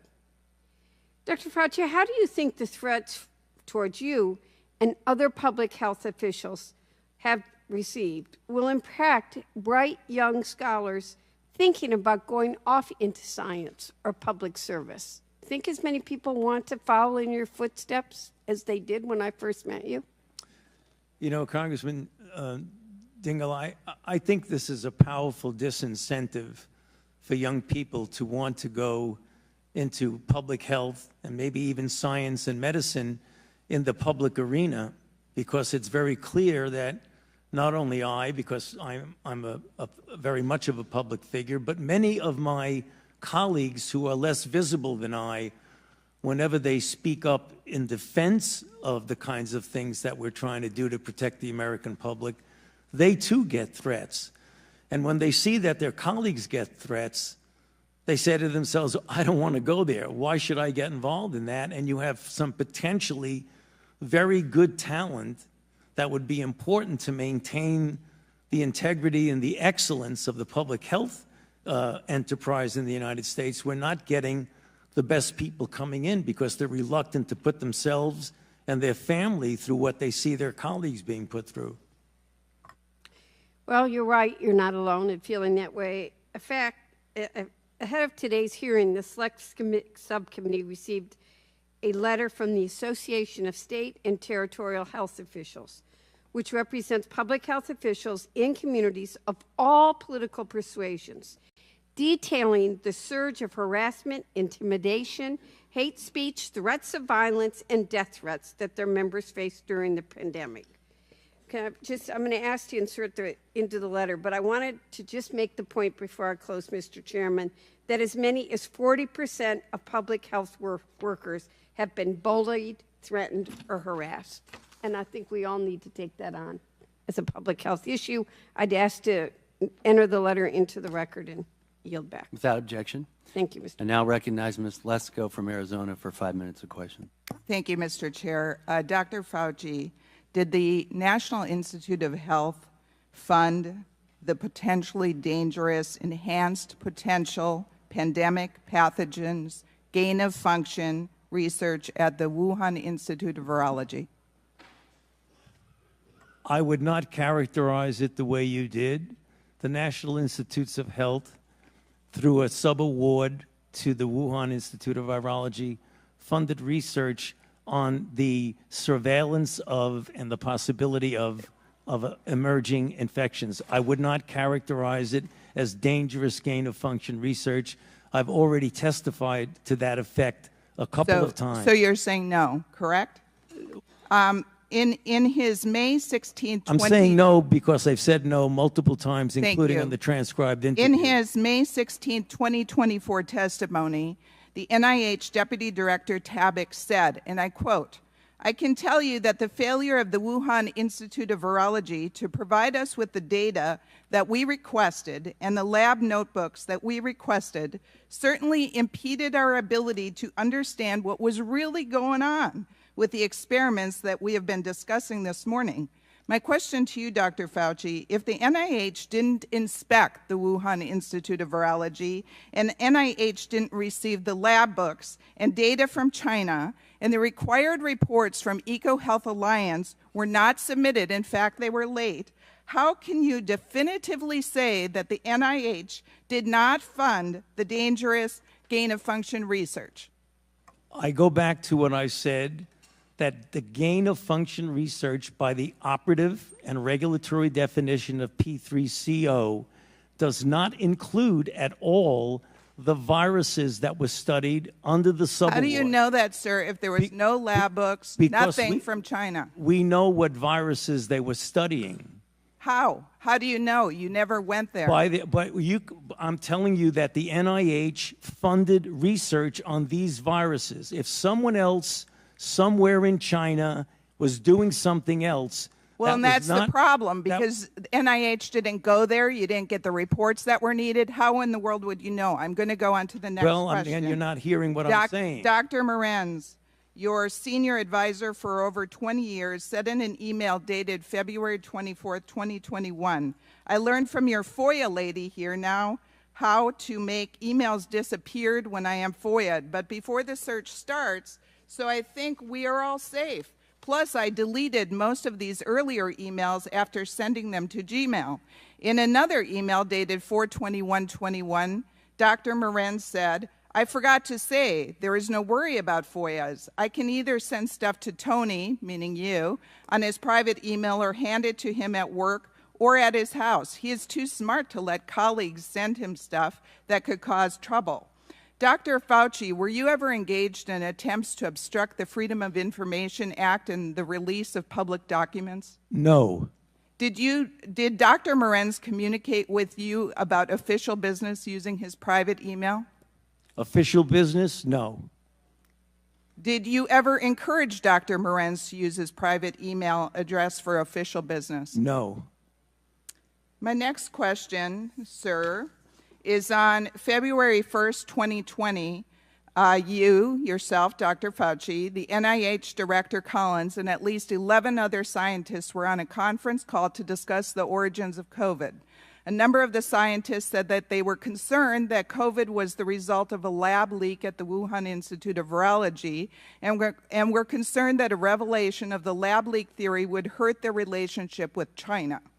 The CDC Director Redfield testified that he was not invited on this conference call, and he believes because he believed the lab leak theory was possible. 3 days later, on February 4th, 2020, 4 participants on the conference call authored a paper, Proximal Origin, which was sent to you for editing. Proximal Origin pushed the natural origin theory. On April 16, 2020, the NIH director, Dr. Collins, emailed you expressing dismay that the Nature Medicine article, which was based on proximal origin, didn't suppress the lab leak theory, and asked you for more public pressure to suppress the lab leak theory. The very next day, in response to Dr. Collins' request to suppress the lab leak theory, you cited the Nature Medicine article, which discounted the lab leak theory from the White House podium. My question to you, sir, did you cite this article at the White House because the NIH director asked you to suppress the lab leak theory? I did not do that in response to anybody's suggestion to suppress anything. It was in response to a question that someone asked at the podium. and I did not edit any paper as shown in my official testimony. So you said about 4 or 5 things, Congressman, that were just not true. Well, we have emails to prove it. Well, you don't. Thank you, and I yield back. I now recognize Mr. Mfume from Maryland for 5 minutes of questions. Thank you very much, Mr. Chairman. And by the way, no, we don't have it. So I get tired of hearing we've got it, and then when we ask for it, it's not there. We do not have it, Dr. Fauci, and for everyone watching this. That's just incorrect. Now, let me just say a couple of things. If I sound a little outraged, just because, you know, we sit here and we watch one conspiracy theory after another get debunked. And if I might, on a point of personal privilege, to the gentlewoman from New York who wanted to argue that we should be worrying about testing of human medicines on animals, if this committee really wants to do something, let's talk about the most infamous biomedical research study in the United States, the Tuskegee study, where 400 black men in this country were injected deliberately with syphilis and allowed to die slowly over a 40-year period without any attempt to help them at all. It was condoned by the U.S. Public Health Service. And if we want to talk about testing, let's talk about that as well. I'm going to talk about COVID right now. Mr. Chairman, I have the floor, Mr. Chairman. I want to say to you, Mr. Chairman. I ask you to suspend, please. I want to remind the audience of decorum. Recognize Mr. Mfume. Thank you, Mr. Chairman. I want to thank you and Ranking Member Ruiz for this opportunity. Dr. Fauci, we owe you an apology for the way we have run you through the mud, and none of us have said to you, here's where you go to get your good name and your reputation back. It's the most unfair thing I have seen. If there were evidence, if there were facts that supported the charges, I, like everybody else, would be interested, but we haven't seen a damn thing to suggest that these accusations are accurate. You've been a hero to many for 54 years, 5+ decades. You helped lead this country through the anthrax scare, through AIDS, through Zika, through Ebola, through SARS, and through COVID-19, pandemics and epidemics. We owe you a collective thank you. You are a world-renowned scientist and an American patriot. And whether or not people want to believe that, that's on them. But those facts are undisputable. For a year and a half, the Republican majority on this committee has sought to weaponize genuine scientific questions over COVID-19 and to vilify our public health officials and our nation's scientists with unsubstantiated, with baseless, with allegations that just can't stand the light of day. And so they've tried to do that with COVID-19, and we are here now as a result of the aggregated amount of foolishness that has taken place. And I've always said to this committee, every time I've had a chance to speak, let's go back to when we were in the heart of the pandemic, when our family members and friends and coworkers were dying left and right, when we were afraid to get near anybody, where we wanted to wash down our groceries before we brought them into the house, where we were willing to put on masks or headgear if it would keep us from being infected. And we turned to our leaders and our public health officials and scientists for answers. And we got some, but then we didn't get some. And then we got some later, like Dr. Deborah Birx, who was Donald Trump's expert on the virus, who said, no, bleach won't do it. Don't inject yourself with it. And who also said publicly on the record that thousands of American lives could have been spared if we had done what we were being told to do by the scientific community. At least one thing is clear. Those 1 million people who died as a result of these conspiracy theories will never come back. And those families have empty seats at the table year after year. And we do a disservice if, at the very least, we don't acknowledge their deaths and the harm and the hurt that has been done to their families and learn how to find a way to trust science going forward in this country. Dr. Fauci, you've been accused over and over again of going to the CIA headquarters and sitting down and having a meeting with the CIA to construct a way to make sure that COVID raged in this country. Is that correct? That is incorrect. Dr. Fauci, have you been to the CIA office in the last 20 years or headquarters? I went to the CIA decades ago during the anthrax attacks to discuss the possibility of terrorist attacks. Thank you. I wanted to get that on the record because that's just the latest theory now, that you and the CIA director conspired. This is foolishness. People are not going to agree with you. I understand that. But we take and besmirch somebody's good name. Think about if it were one of us. We'd be jumping up and down trying to find a way to get justice. And so on behalf of those of us who are thankful, who are part of many in a grateful nation, thank you for your service, sir. I yield back. And I'll recognize Mr. Cloud from Texas for 5 minutes of questions. Thank you, Mr. Chairman. Thank you for being here. And I do want to echo some of what Mr. Nfume said, because I do think we need to focus on the people. And I think that's really what the angst that's left with the American people. It's what they had to walk through during this time. I'm going to go down a list of mitigation measures that you supported over the course of the pandemic and ask you just to give a yes or no as to whether you still believe these measures were justified. Business closures. Not hearing you at all. Could you please speak louder? Into the mic? Sure. I'm going to go through a list of COVID mitigation measures that you supported over the course of the pandemic and ask you to give me a yes or no as to whether you believe these measures were justified. Business closures. Early on, when 5,000 people were dying a day, yes. Church closures.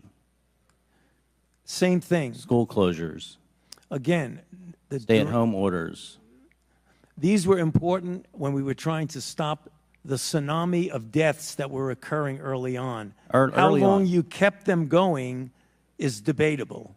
Mask mandates for adults, mask mandates for children, mask mandates for children under 5. And going back to what I said before, all of that is in the context of, at the time, 4,000 to 5,000 mandates for children under 5, there's scientific evidence for that? Excuse me? Mask mandates for children under 5, there's scientific evidence supporting that?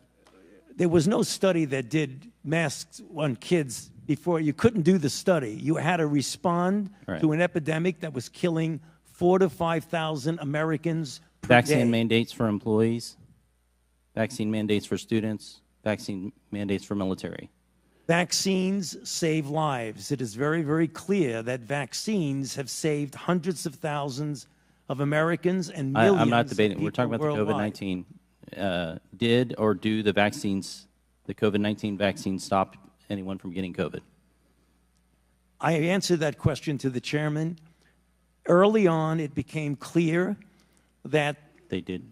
No, actually, no. In the beginning, it clearly prevented infection in a certain percentage of people, but the durability of its ability to prevent infection was not long. It was measured in months. And they didn't stop you from spreading it either. Early on, it did if it prevented infection, but what became clear that it did not prevent transmission when the ability to prevent infection waned. I think what's troubling is when the American people look at the certainty and the case at which people lost jobs, they lost livelihoods. I had rural hospitals in my area that did not have a single case of COVID in their rural community that had to shut down and people not get care that they did need for cancer, and some passed away because of those kind of things. Time after time again, people's lives are destroyed, and we have not seen the same sort of, once the new data came available, we did not see a change of course. And you'll point out, for example, in the schools that the CDC, put out the guidelines, for example. But we know that those guidelines end up being protection from lawsuits. It's, if you don't want to be sued, you better follow the guidelines. So they're not mandates, de facto mandates, but they turn out to be such a mandate. And when the science began to change, we all understand that in the first couple weeks, first few weeks, even a couple months, we were all trying to figure it out. I think there's a lot of grace for that. The concern is that as the science became available, there wasn't like a, oh, maybe we should consider the lab leak theory. Oh, maybe we should consider natural immunity. We never heard this messaging coming from you or from anyone else who stood on the sidelines talking about these things. And it's left the American people with a tremendous distrust. I want to talk a little bit about the grant process. My understanding from your testimony to us, it says that the NIH process for awarding grants is that basically research proposal goes to peer review committee to receive a priority score. Then it goes to an advisory council for NIH personnel. It receives a final, basically the group votes on it, and then eventually it ends up on your desk for signature, right? Now, you said in that sometimes, if I recall correctly, those grants are often approved in block, in mass, when they're voted on, and then you sign off on them. That's correct. This is one of the things that's really troubling to the American people, because they look at their lives being destroyed, and there's no one to hold accountable because these systems of accountability have become systems of plausible deniability.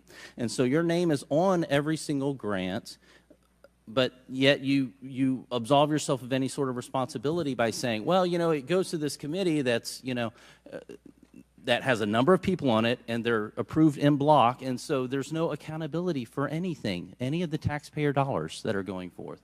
I disagree with you, Congressman, because if you look at the number of grants, we fund thousands of grants. It would be physically impossible for me to go through every single grant in a detailed way to understand it. That is true not only for me, but for virtually every institute at the NIH. Then why does your signature go on it? Because somebody has to sign off on it, and you trust the expertise and the competence of the staff that go over it. Then what is the mechanism for holding? Gentleman's time has expired.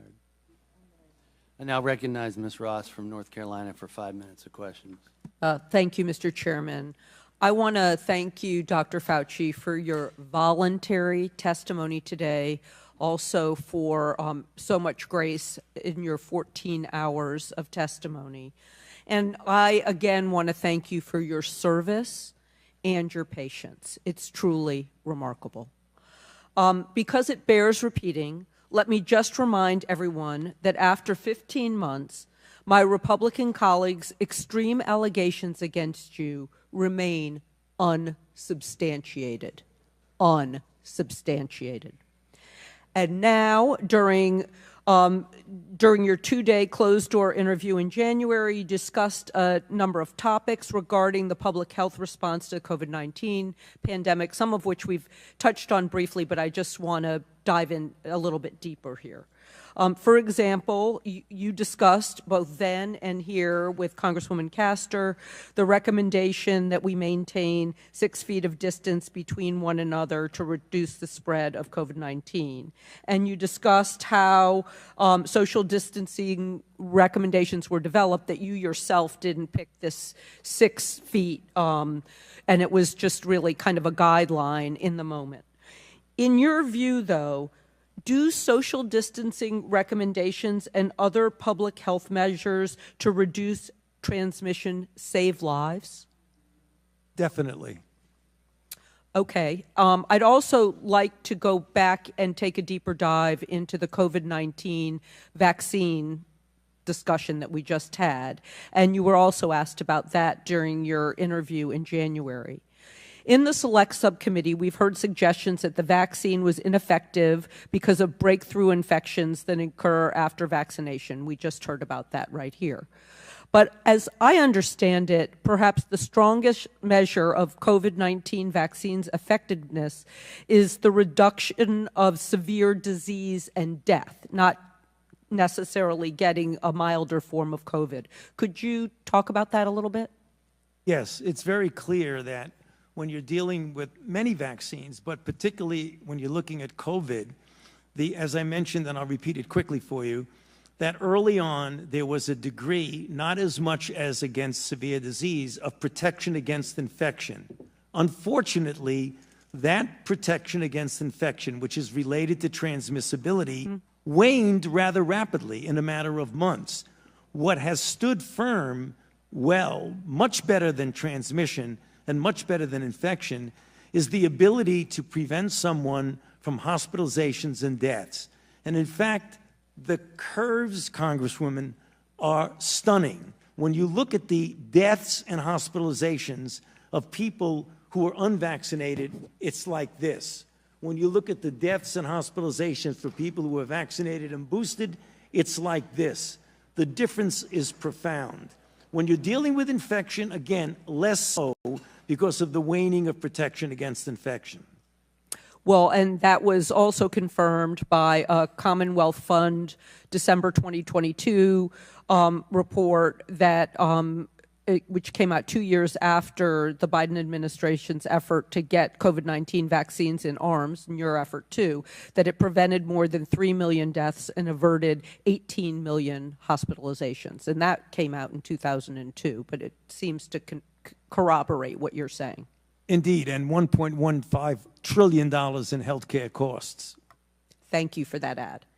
One pillar of the vaccine requirements was to have an increased uptake in the COVID-19 vaccines. And that at the time was supported by leading physicians, including the American Medical Association, the American Academy of Family Physicians, the American Academy of Pediatrics, and more.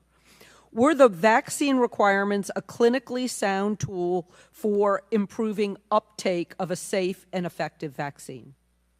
Yes, you would like people to get vaccinated voluntarily and realizing the important effect on it. But the fact that people were vaccinated by whatever their motivation was clearly saved many, many lives. And just with the 17 seconds I have, what steps can public health officials take to bolster confidence in these life-saving interventions since there has been so much misinformation circulating? That's going to be very difficult, Congresswoman, because there is so much mis and disinformation around that we've got to do a better job of reaching out and trying to get the correct information. But that's difficult when you have a very energetic group of people continually spreading mis and disinformation about vaccines. We've got to be more proactive in putting out the facts and the data and the information that's correct. Thank you very much for your testimony, and I yield back. Now I recognize Dr. Joyce from Pennsylvania for 5 minutes of questions. Thank you, Chairman Wenstrup, for convening this important hearing, and thank you, Dr. Fauci, for testifying. Dr. Fauci, one of the controversial regulations of the pandemic was the 6-foot distancing rule. This rule became an important policy consideration in subsequent regulations. However, you testified recently, and I'm quoting, this 6-foot rule sort of just appeared.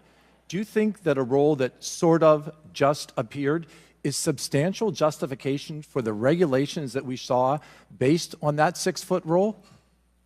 Congressman, thank you for that question. I answered that, but I'll summarize it briefly for you.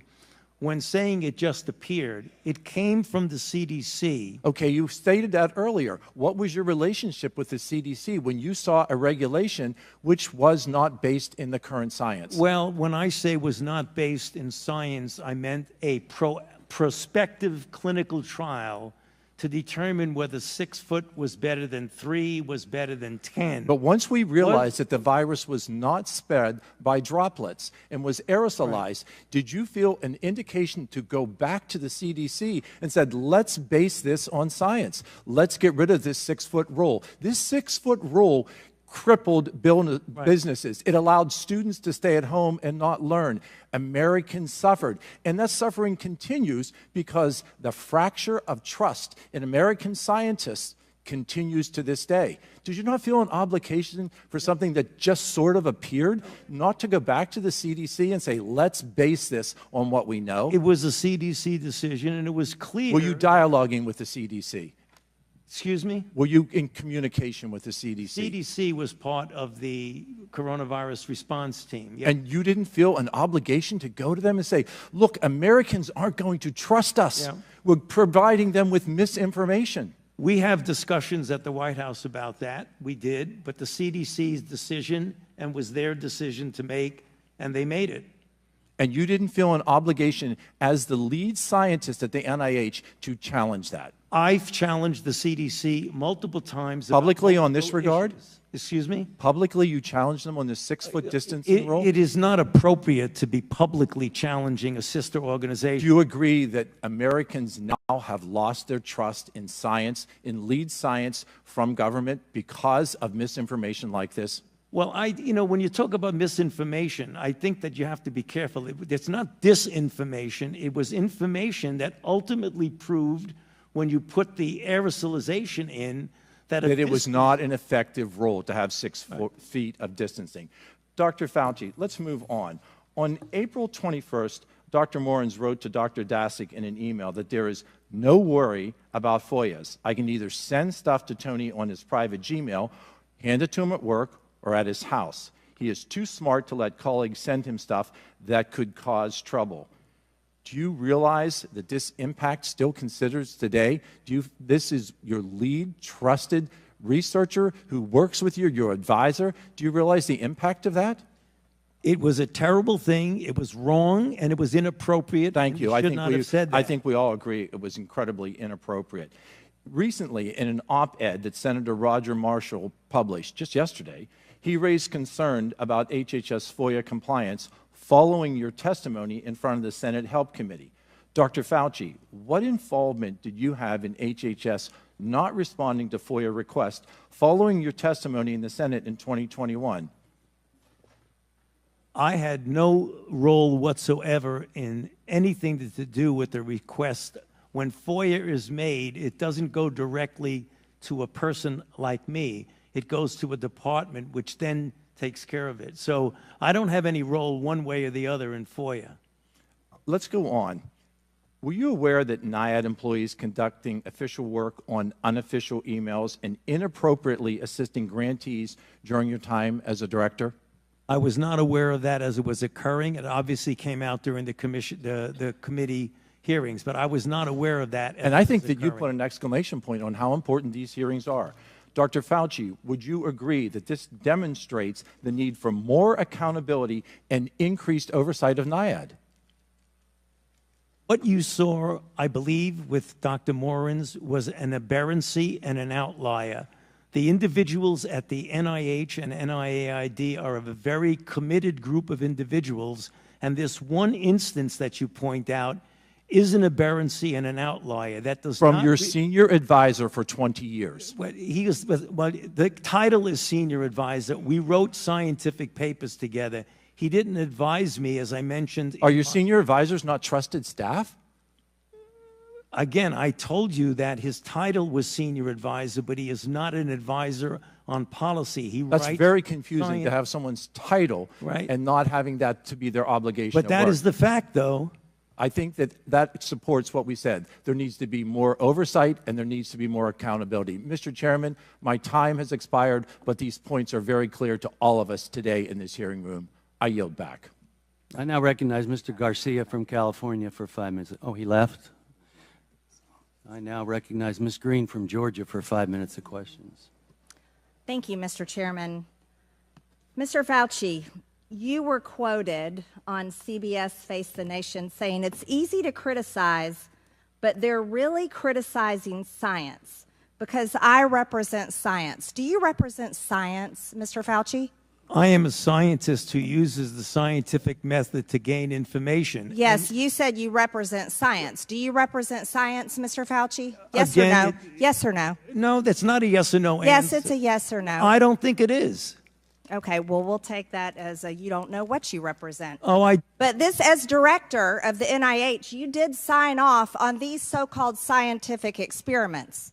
And as a dog lover, I want to tell you this is disgusting and evil, what you signed off on, and these experiments that happened to beagles paid for by the American taxpayer. And I want you to know Americans don't pay their taxes for animals to be tortured like this. So the type of science that you are representing, Mr. Fauci, is abhorrent, and it needs to stop. Mr. Fauci, you also represent the type of science that where you confess that you made up the COVID rules. including I didn't hear what you 6 said. feet social distancing and masking of children. I never You said I made anything up. You admitted that you made it up. You I made it didn't up say as you went. I made it up. So are you saying this is fake news, Mr. Fauci? I didn't say I made anything up. What did you say? I said that it is not based in science and it just appeared. But this is science. What does dogs have to do with anything that we're talking about today? These are scientific experiments. This is what you signed off on. But you also told the American people they had to distance by 6 feet. They had to wear masks. But let's also talk a little bit further about the type of science that you represent. NIH scientists made $710 million in royalties from drug makers, a fact that's been hidden. Let's talk about the fact about, is it right for scientists and doctors getting paid by the American people, government taxpayer paychecks, to get patents where they're paid millions and hundreds of millions of dollars in royalty fees, especially when the NIH and these government agencies, most powerful agencies in our country, are recommending medical suggestions and advice and making up guidelines like 6 feet distancing and masking of children. Do you think that's appropriate? Do the American people deserve to be abused like that, Mr. Fauci? Because you're not doctor. You're Mr. Fauci in my few minutes. No, I don't need your answer. I want to talk about this right here. Mr. Chairman, Fauci, objection. I reclaim Mr. my Chairman, time. objection. I reclaim my time. I reclaim my time, Mr. Raskin. Gentlelady will Point of order. suspend. Mr. Chairman, Point of order. just in terms of the rules of decorum, are we allowed to deny that a doctor is a doctor just because we don't want him to be a doctor? Yes, because in my time, that man does not deserve to have a license. As a matter of fact, it should be revoked, and he belongs in Gentlelady will prison. suspend. The gentlelady should recognize the doctor as a doctor. Thank you. Mr. Chairman, is this what we have become? Is this what we have devolved into? No decorum. You know what? We can do that hearing about the poor men that were injected with syphilis, because I support you in that. That's horrific. And this government that does things like that to Americans doesn't have decorum to the American people. Mr. Chairman, The gentleman is out of point of regular order, please. The gentleman is out of order. Decorum. Recognize the point of order. Go ahead with your point of order. You got it. No, I mean, I was going to say what Representative Raskin said. That's completely unacceptable to be able to deny Dr. Fauci, who's here, a respected member of the medical community, his title, and that's actually a personal attack on his character. And I have instructed her. He's not respected. And I've instructed her to address him as doctor. I'm not Gentlelady shall addressing him as continue. doctor. Let's talk about Mr. Chairman, this. I I'm would reclaiming move that the my woman's time. I'm reclaiming my time. Words get taken I'm down. reclaiming my time. Second that. Point of order. Suspend. All right. A member can only move to have words. I'm sorry. The issues we are debating are important ones that members feel deeply about. And while vigorous disagreement is part of the legislative process, as I said at the beginning, members are reminded that we must adhere to established standards of decorum in debate. This is a reminder that it is a violation of House rules and the rules of this committee to engage in personalities regarding other members or to question the motives of a colleague. Remarks of that type are not permitted by the rules and are not in keeping with the best traditions of our committee. The chair will enforce these rules of decorum at all times and urges all members to be mindful of their remarks. Does the gentleman from California have anything further? We should take her words down. Yeah, I made it. I offered that her words be taken down, Mr. Chair. Point of order, Mr. Chairman. Mr. Chairman, I'd like to make a point of order. Mr. Because Griffin they is accused us Mr. of Griffin is worshiping Gentlelady President Trump. We don't Gentlelady- worship President Trump. Gentlelady will suspend. Mr. Griffin, you have a point of order. Mr. Chairman, while it may not be polite, I believe the rule only applies to members of this body, the Senate, and the President of the United States. I do not believe that it applies. The rule on taking down words does not apply to a witness. Again, I'm not condoning the words. I'm just relating or asking whether or not it applies to individuals who are just happen to be here in front of us. I agree. The chair overrules the point of order by the gentleman from Maryland, but ask that members please afford all other members the respect they're entitled, refrain from using rhetoric that could be construed as an attack on the motives or character of another member or the witness. You may proceed. Thank you. This was a time in history where you got to throw out the first pitch at the Washington Nationals baseball game while Americans were forced to stay home and watch such events that they love from at home alone on their televisions. And what a hypocrisy this picture shows. Here you are without your mask, with empty seats everywhere. Remember the cardboard cutout fans? That was one of the most insulting things to Americans, having to watch the games from home where you got to go and enjoy the game and sit right next to people not following the 6 feet of distancing, not wearing your mask, and everyone else was forced to stay home and stop enjoying life. And your science here, your science is displayed perfectly in this picture where children in school were put in plastic bubbles because of your science, your repulsive, evil science. And let's go back to your very own email. You said earlier you don't use email. Oh, you do. Right here. This is your own email where you said the typical mask you buy in the drugstore is not really effective in keeping out virus. I do not recommend that you wear a mask. This is your email. This is your own words. But yet children all over America were forced to wear masks. Healthy children forced to wear masks, muzzled in their schools. And then they were forced to learn from home because of your so-called science and your medical suggestions while you and all your cronies get paid from Big Pharma. You know that what this committee should be doing? We should be recommending you to be prosecuted. We should be writing a criminal referral because you should be prosecuted for crimes against humanity. You belong in prison, Dr. Fauci.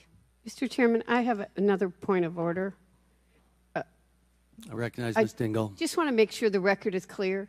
Dr. Fauci testified that he did not use his personal email for official business. He did not say he did not use email. And I think today, this particular has been full of lies and disregard and disrespect, and we need to stick to facts.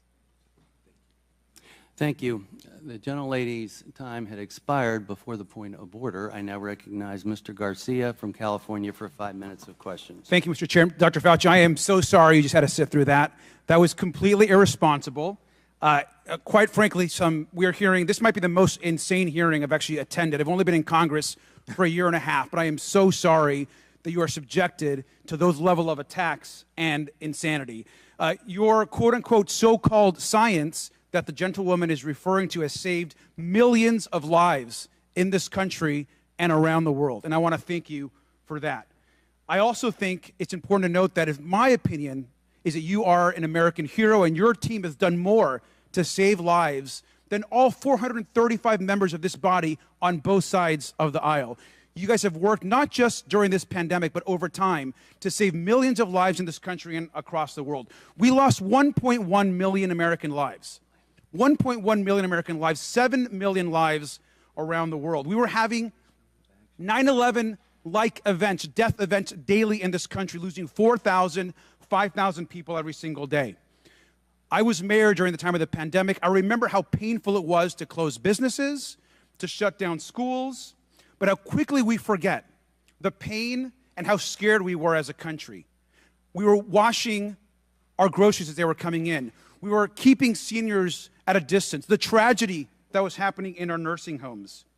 Thousands of people were dying a day, and you and your team of the best and the brightest scientists in this country and the world were doing everything that you could and working night and day to save more and more of those lives. A lot of my colleagues know that my mom was a healthcare worker during the pandemic. My mom died of COVID. My stepfather died of COVID. I lost both of my parents during the pandemic. So I take this very personally, especially when other members of this body who are tasked to be responsible and to actually help the American people attack medical professionals like you and across the world. Vaccines, a vaccine that you and your team helped foster, have saved millions of American lives. These attacks are ridiculous. Now, even before this committee started, I'm going to point a few things out. Even before this committee started, this same member that just went on this rant introduced the Fire Fauci Act and promoted on a podcast saying that COVID was a bioweapon. That is how insane some of these comments are. And I want to quote this. This is a quote from the same member. "I don't believe in evolution. These viruses were not making people sick until they created them. They weaponize these viruses to be able to attach to our cells and make us sick. It's a bioweapon." The "they created them," sir, is you. They are attacking you and our medical community for actually creating COVID that has caused the deaths of millions. And we know that these extreme comments are targeting public health officials across the country. I also want to show you this other comment. Same member who just attacked you. "The Fauci-funded Wuhan lab created the virus." This is so crazy and irresponsible. In this post, the same member of this committee is accusing you of orchestrating a global conspiracy to create COVID on purpose just to make people get vaccines. That you've done this, sir. The same member routinely promotes complete misinformation about vaccines and actually has encouraged the routine prevention of vaccinations that even eliminate diseases like the measles. Dr. Fauci, you've brought together our nation and the world's best and brightest scientists to take on COVID and create a vaccine that works. I want to ask you a question. I want to be crystal clear for the public. You brought together the world and America's best scientists. Do you believe that the vaccine that you all helped create and ensure is safe and effective for the public? Yes, and its track record has proven that. And do you also agree that it saved hundreds of thousands and possibly millions of lives in America and across the world? That is absolutely correct, and it's very clear that it's saved millions of lives here and throughout the world. The Europeans have done the same studies that we have, and the data are incontrovertible that they save lives. Sir, and do you think the American public should listen to America's brightest and best doctors and scientists, or instead listen to podcasters, conspiracy theorists, and unhinged Facebook memes? No, listening to people who you just described is going to do nothing but harm people because they will deprive themselves of life-saving interventions, which has happened. And you know, some have done studies. Peter Hotez has done an analysis of this and shows that in people who refuse to get vaccinated for any variety of reasons, probably responsible for an additional 200,000 to 300,000 deaths in this country. Thank you, sir, and your entire team for saving lives in this country, and I'm sorry you have to continue going on with these attacks. I yield back. Oh, thank you. You're not allowed to speak. You're not allowed. Thank you. Thank you very much. Mr. Chairman, could you have her removed from Yes. the Thank you. Yes, Please have her removed. please. Excuse me, I ask the Capitol Police to escort.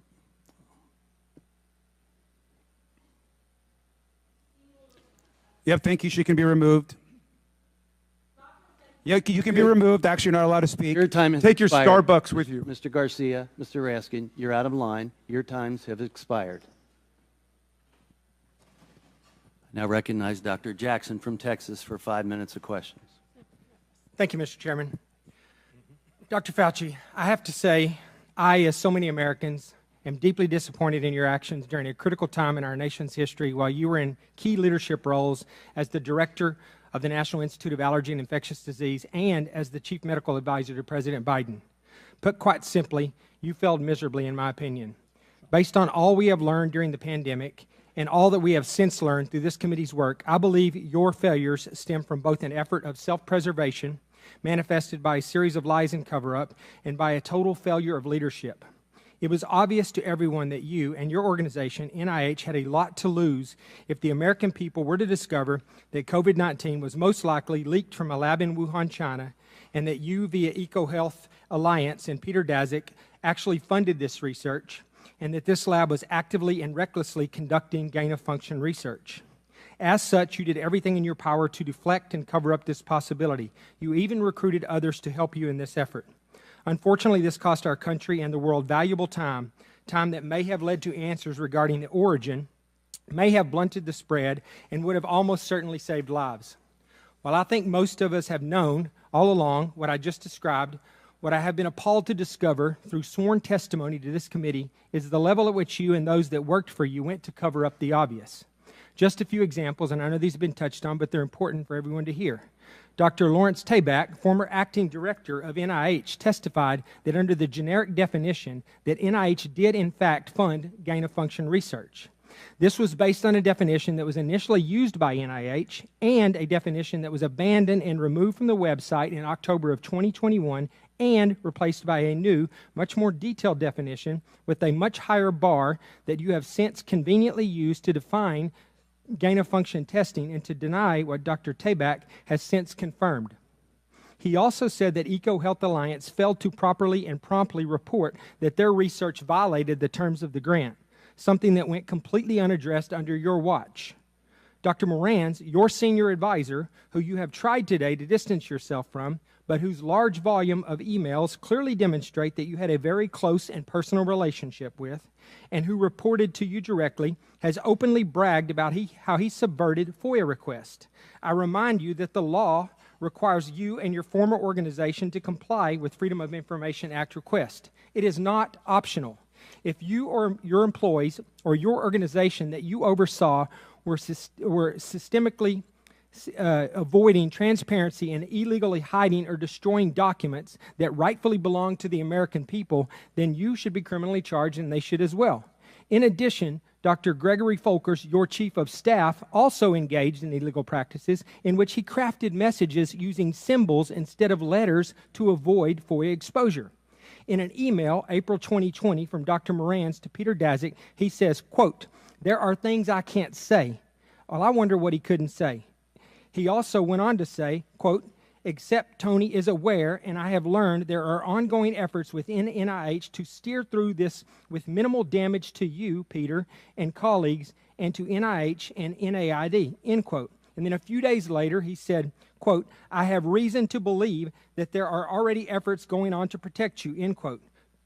In February of 2021, Dr. Morans wrote to Boston University scientist Gerald Kirsch saying, quote, "I learned from our FOIA lady here how to make emails disappear after I'm FOIA'd, but before the search starts. So I think we are all safe," end quote.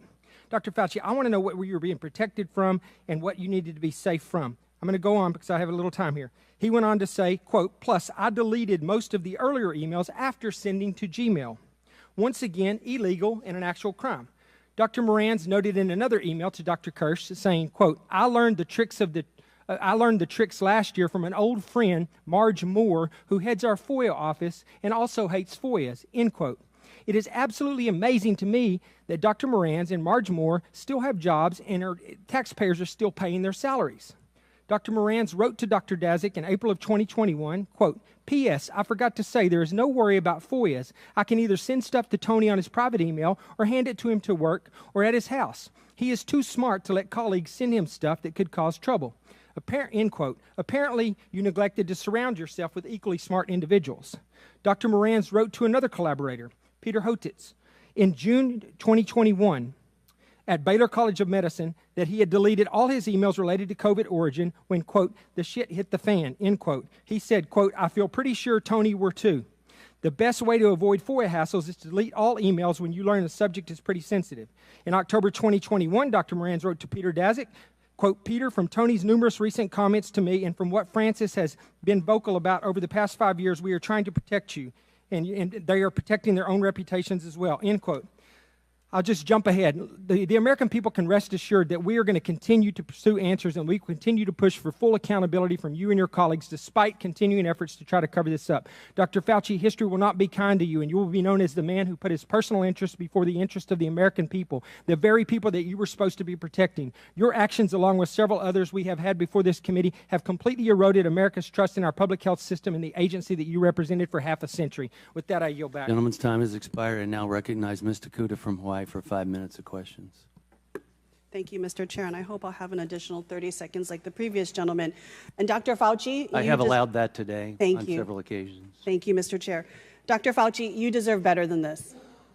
The other side suddenly cares about puppies, ironic given recent book publications, versus the millions of people that you have kept safe and alive over your lifelong commitment to public health. I'd like to use my time to dispel some of the myths about you that have circulated in right-wing circles. We can all acknowledge that, yes, suspension of in-person activities during the early days of COVID, it was necessary to save lives and to stop the spread, and it was not without its challenges. It was difficult, particularly for our nation's students, like my two sons in public schools, and our business owners. But to completely blame these policies on you, Dr. Fauci, is absolutely ridiculous.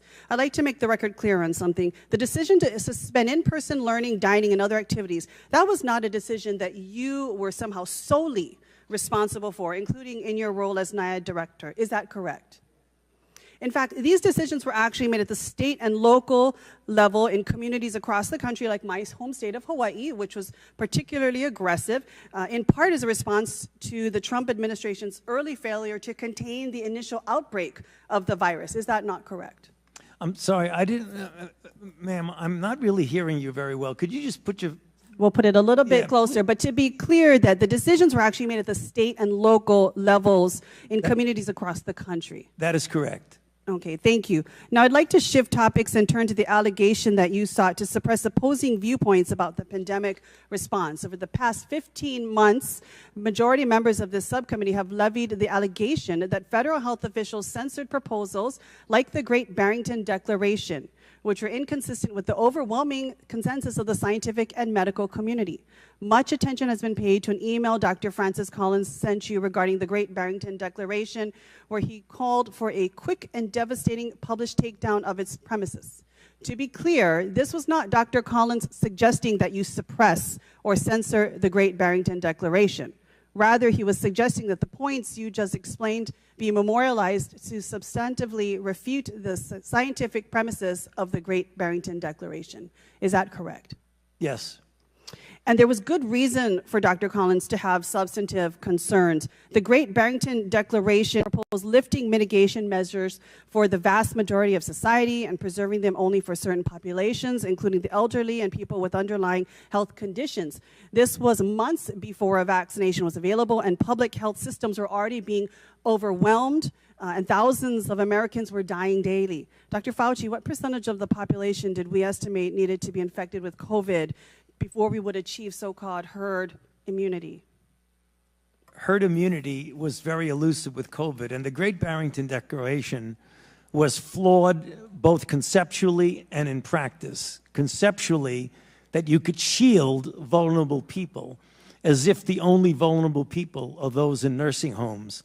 We have tens and tens of millions of vulnerable people that you couldn't possibly shield. People with underlying conditions, the elderly, those would be the individuals. So it would be conceptually impossible to do that. Herd immunity, as we know, means if you have a virus that doesn't change and a virus in which when you get infected or vaccinated, you have highly durable, perhaps lifelong immunity. That's not the case with COVID. We know immunity wanes and we have multiple variants. So in practical purposes, the Great Barrington Declaration was invalid, both conceptually and practically. Thank you, Dr. Fauci. You've answered a few of my other questions in terms of the fact that for many of us that live in multi-generational communities, thousands, hundreds of thousands, millions more lives would have been impacted by this so-called approach. And given the fact that the virus's rapid evolution that we have seen since 2020, herd immunity approaches would be absolutely ineffective against COVID. If you would answer one more question, considering the mortality rates at the time, how many more deaths might we have seen, just briefly? I mean, if we had done that, just let it rip, there very likely would have been another 1 million people would have died, I would imagine. Thank you, Dr. Fauci. So it wasn't the federal government suppressing the Great Barrington Declaration. Rather, it was about protecting and saving millions of American lives. The COVID-19 pandemic wasn't some academic exercise. It was real. It was in real time. It was about saving lives in real time. Theories like herd immunity may seem plausible on paper, but we have to remember that it is based upon the assumption that enough people would have to be infected. And that would likely have meant that our family members, our friends, our neighbors, our constituents, especially those in our most marginalized, multi-generational rural communities, would have died. So thank you, Dr. Fauci. I want to thank you, not blame you. Thank you for your science. Thank you for your science that have saved millions of American lives, kept us safe, including my children, many of our families right here on this dais. And thank you for clarifying these points for the record and for all of your efforts to keep us safe during the pandemic and so many other health crises we have faced over the decades that you have served. Mahalo, Mr. Chair, and I yield back. Now recognize Dr. McCormick for 5 minutes of questions. Thank you, Dr. Wenstrup, Chairman. It's been insinuated that politicians, only bloggers, only conspiracy theorists are disagreeing with you. I want to point out that I'm probably the only member of Congress that actually treated patients during the pandemic from the very beginning to the very end of the pandemic, during night shifts in the ER. Thousands of patients during that time. And in 2020, I was censored. My medical license was threatened because I disagreed with bureaucrats. Literally taken off the internet as a person who is treating patients with leading-edge technologies, developing theories, but doing my very best, but being censored by the United States government for the first time, stepping in and taking the place of medical professionals as the experts in healthcare. Any dissent surrounding COVID-19 treatments, mask mandates, and any public policy surrounding the pandemic was immediately labeled as anti-science.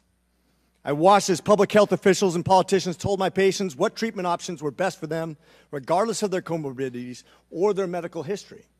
Despite my education and my training and my experience, my opinions were relegated to conspiracy and misinformation by so-called healthcare experts who had never treated a patient throughout the entire pandemic.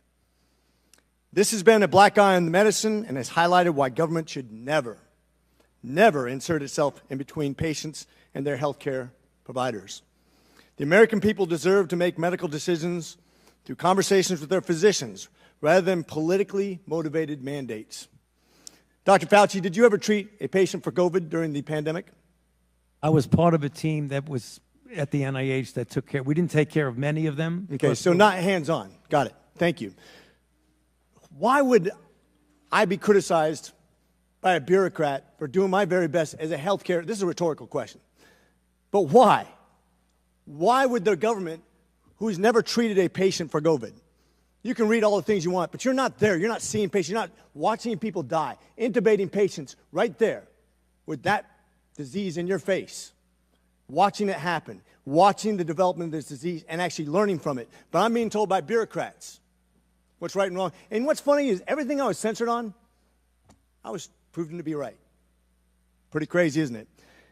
You said in an interview that you gave as part of an audiobook written by Michael Spector that you believed an institutional should make it hard for people to live their lives so they'd feel pressured to get vaccinated. Could we run the audio clip on that, please? You think can be done about it? I have to say that I don't see a big solution other than some sort of mandatory vaccination. I know federal officials don't like to use that term. Once people feel empowered and protected legally, you are going to have schools, universities, and colleges are going to say, you want to come to this college, buddy? You're going to get vaccinated. Lady, you're going to get vaccinated. Yeah. Big corporations like Amazon and Facebook and all of those others are going to say, you want to work for us, you get vaccinated. And it's been proven that when you make it difficult for people in their lives, they lose their ideological bullshit and they get vaccinated. Thank you. Are all objections to COVID vaccinations ideological bullshit, Dr. Fauci? No, they're not, and Thank that's you. not what I was referring to. Well, in reference to making it hard for people to get education, traveling, working, I'd say it very much was in context. And I take great offense to this. Miss Allison Williams testified before this committee about losing her job because she sought an exemption for ESPN's vaccine mandate, which came from recommendations from bureaucrats like yourself. She and her husband were actively working with a fertility expert, a physician, on how to get pregnant, and agreed with the premise that she was young, healthy, wanted to get pregnant, and shouldn't get the vaccination for medical purposes. But she was fired because you made it hard, just like you said in your statement, because you didn't want to make sure that the ideological bullshit got in the way of her working, of living her life, of making a medical decision with her healthcare professional. I think America should take great offense to this. That's exactly what you meant when you said making it hard for people to live without getting a vaccination. You affected people's ability to work, travel, be educated, to actually flourish in American society, to self-determine, as we're all given God-given rights. Shame on you. Dr. Fauci, you've become Dr. Fear. Americans do not hate science. I don't hate science. The American people hate having their freedoms taken from them. You inspired and created fear through mask mandates, school closures, vaccine mandates that have destroyed the American people's trust in our public health institutions. This fear you created will continue to have ripple effects over generations to come. You have already seen its effects in education, in the economy, and everything else. Quite frankly, you said, if you disagree with me, you disagree with science. Dr. Fauci, I disagree with you because I disagree with fear. And with that, I yield. I now recognize Mr. Moskowitz from Florida for 5 minutes of questions. Thank you, Mr. Chairman. Dr. Fauci, good to be with you here today. I was not here, but I saw a member of this committee questioned whether or not you represent science and tried to make that in some offensive way. I just want you to know most Americans don't think she represents Congress. So one of the things I've learned. So I hear now you double Fauci. So I don't want you to be offended by that. I actually, similar to Representative McCormick, who was serving in the field as a doctor during COVID, I was running the logistics operation and the Florida response as the director of emergency management for the state of Florida for Governor DeSantis. So I was deploying masks and gowns and gloves. We were setting up field hospitals. We were setting up testing sites. We were setting up vaccine sites throughout the pandemic. And the one thing that became clear to me as a country is we were not prepared. In fact, we actually had many preparations for a pandemic, but both the states collectively and the federal government threw that out and kind of was just making it up as we go. One of the things I wanted to ask you, and I understand you're not in the response field, but do you feel, since you've left, that we are better prepared today than we were several years ago when COVID hit? In some respects, excuse me, in some respects we are, but in others I'm still disappointed. And I think one of the things that was really a problem with the response was the degree of divisiveness that we had in the country about a lack of a coherent response, where we were having people, for reasons that had nothing to do with public health or science, refusing to adhere to public health intervention measures. What I think that we will do better, hopefully, is that the CDC, I believe, has now recognized some of the failings of the lack of communication and interaction between the federal response and the local public health officials. One of the weaknesses that we had in the United States that other countries didn't have was a disconnect between the healthcare system and the public health system, whereas the CDC can't demand information from local public health individuals.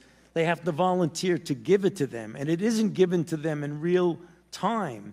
So we were at a disadvantage. Oh, no question. I saw that. I saw how the lack of investment in technology, right? We had states trying to share information with the federal government using, Windows 2000. Or fax machines. Fax machines, right. Exactly. Yeah. So, and so, we spent $7 trillion in two packages and two administrations. And one of my concerns is that I feel that, especially in supply chain, I feel like we're not that much better off than we were before COVID. Am I wrong in that assessment? Yeah, I don't think you're wrong, but I hope that the CDC has made it very clear that they are trying to change that and correct that deficit of a separation between the local and the federal CDC so that we can get information in real time. It was very frustrating for us that often we had to go to the UK or South Africa or Israel to get real-time information because they had a connection between what was going on the ground and their public health system. So they knew right away what was happening. We didn't. Dr. Fauci, you talked about how, we live in partisan times, a lot of misinformation. And, colleagues on this body said, you should be, charged and found guilty. Of course, the only one that's happened to is your former boss. But, the question I have is, when you saw a lot of that disinformation, whether it was, we can use a disinfectant to do like a cleaning or do light in the body, or that, China's working super hard, President Xi's got it contained, all of the stuff that was being put out, were you concerned? What was your feeling at that time working in the administration, seeing that come from the podium? Well, I was very frustrated by that. It was very clear. I was put in a very difficult position that I didn't like, of having to contradict publicly the President of the United States. I took no great pleasure in that, but I felt it was my responsibility to preserve. He must have thought you did a great job. He gave you a commendation right before he left. Well, I felt it was my responsibility, as to preserve my own personal integrity, and my major responsibility to the American public to tell them the truth. And if I could just take this opportunity, when I was saying that if you attack me, you attack science, I didn't mean that I am science.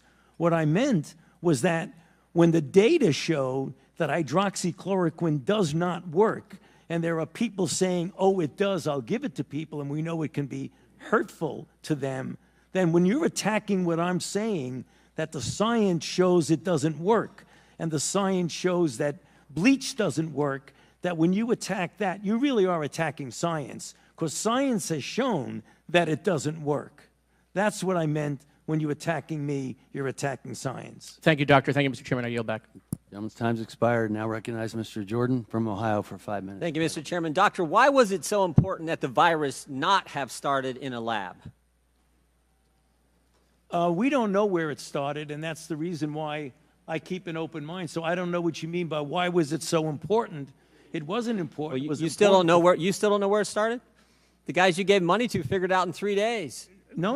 Mr. Anderson said on January 31st, 2020, virus looks engineered, virus not consistent with evolutionary theory. The very next day, Dr. Gary said, I don't know how this happens in nature. It'd be easy to do in a lab. And then 3 days later, shazam, they switch and say it has to be nature. So they figured it out in 3 days, but you still don't know?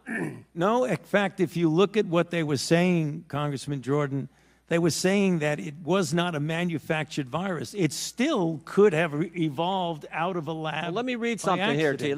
They're not incompatible. In our study on the censorship of the Biden administration working with big tech, I want to read you a WhatsApp message from Mark Zuckerberg. Can we include that the White House put pressure on us to censor the lab leak theory? So this is a communication on July 16th, 2021. Nick Clegg, Joel Kaplan, Sheryl Sandberg, Mark Zuckerberg. They're certainly feeling the pressure to downplay any lab leak theory and go with the natural origin theory.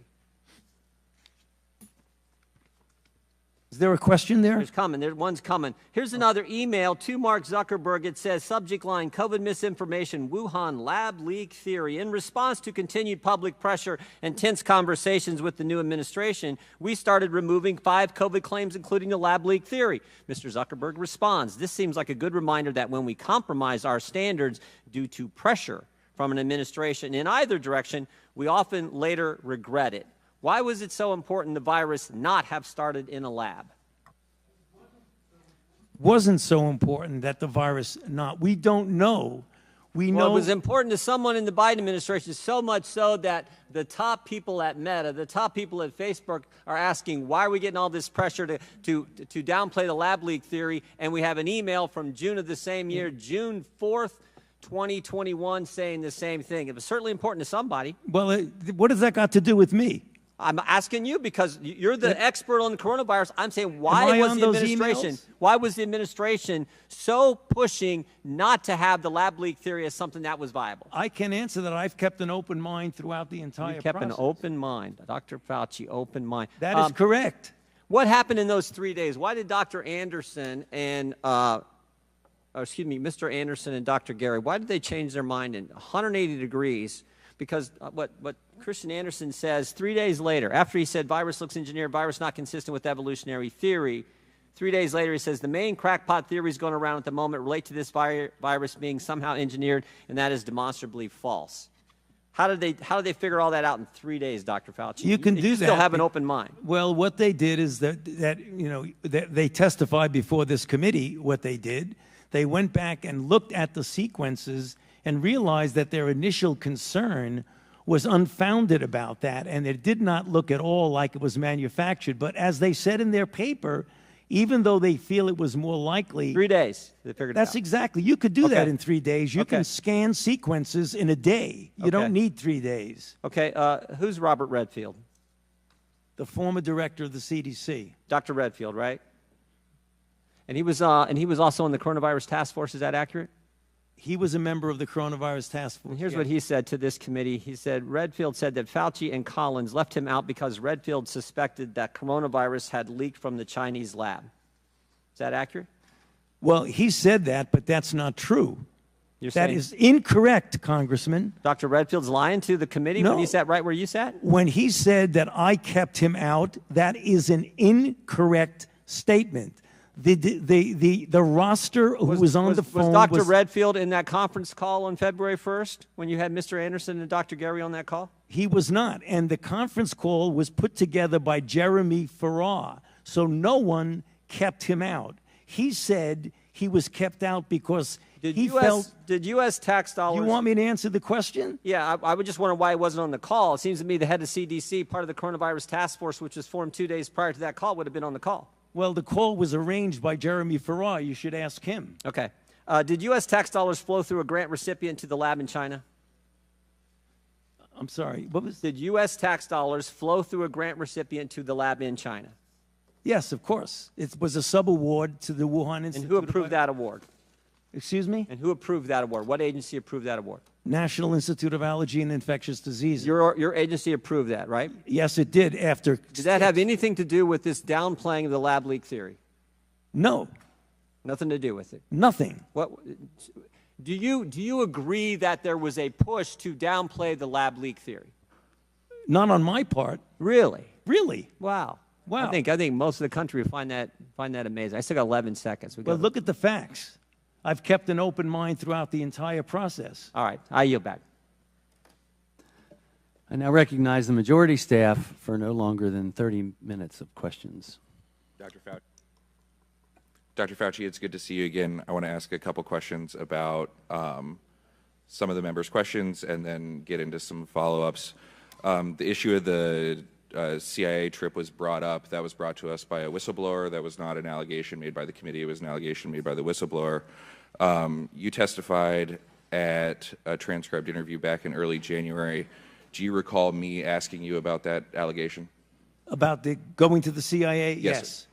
And do you recall, and you denied it then as well, and you denied it here today, do you recall the subcommittee publishing that you denied it? I don't recall. We did. We did, okay. We put it out in a press release afterwards that you denied the whistleblower's allegation. And then today, during the course of the last couple hours, have any members on the majority side of the dais asked you about a trip to the CIA? Yeah. They have? They have. I'm sorry, Mitch, I'm not hearing this so well. I have a point of order, Mr. Chairman. What's the gentleman's point of order? I have an inquiry about whether or not I'm hearing things or whether or not you just yielded 30 minutes of committee time to staff. That is correct, both sides. And the question that the gentleman just raised was a question that I raised. So apparently he was not listening when I was questioning Dr. Fauci. Thank you for your point of order. You may continue. What I asked was, we asked you about this in a transcribed interview. You testified that you did not go to the CIA. We published that you refuted that allegation. And then today, no members of the Republican side of the dais have asked you that question. Is that accurate? Thank you.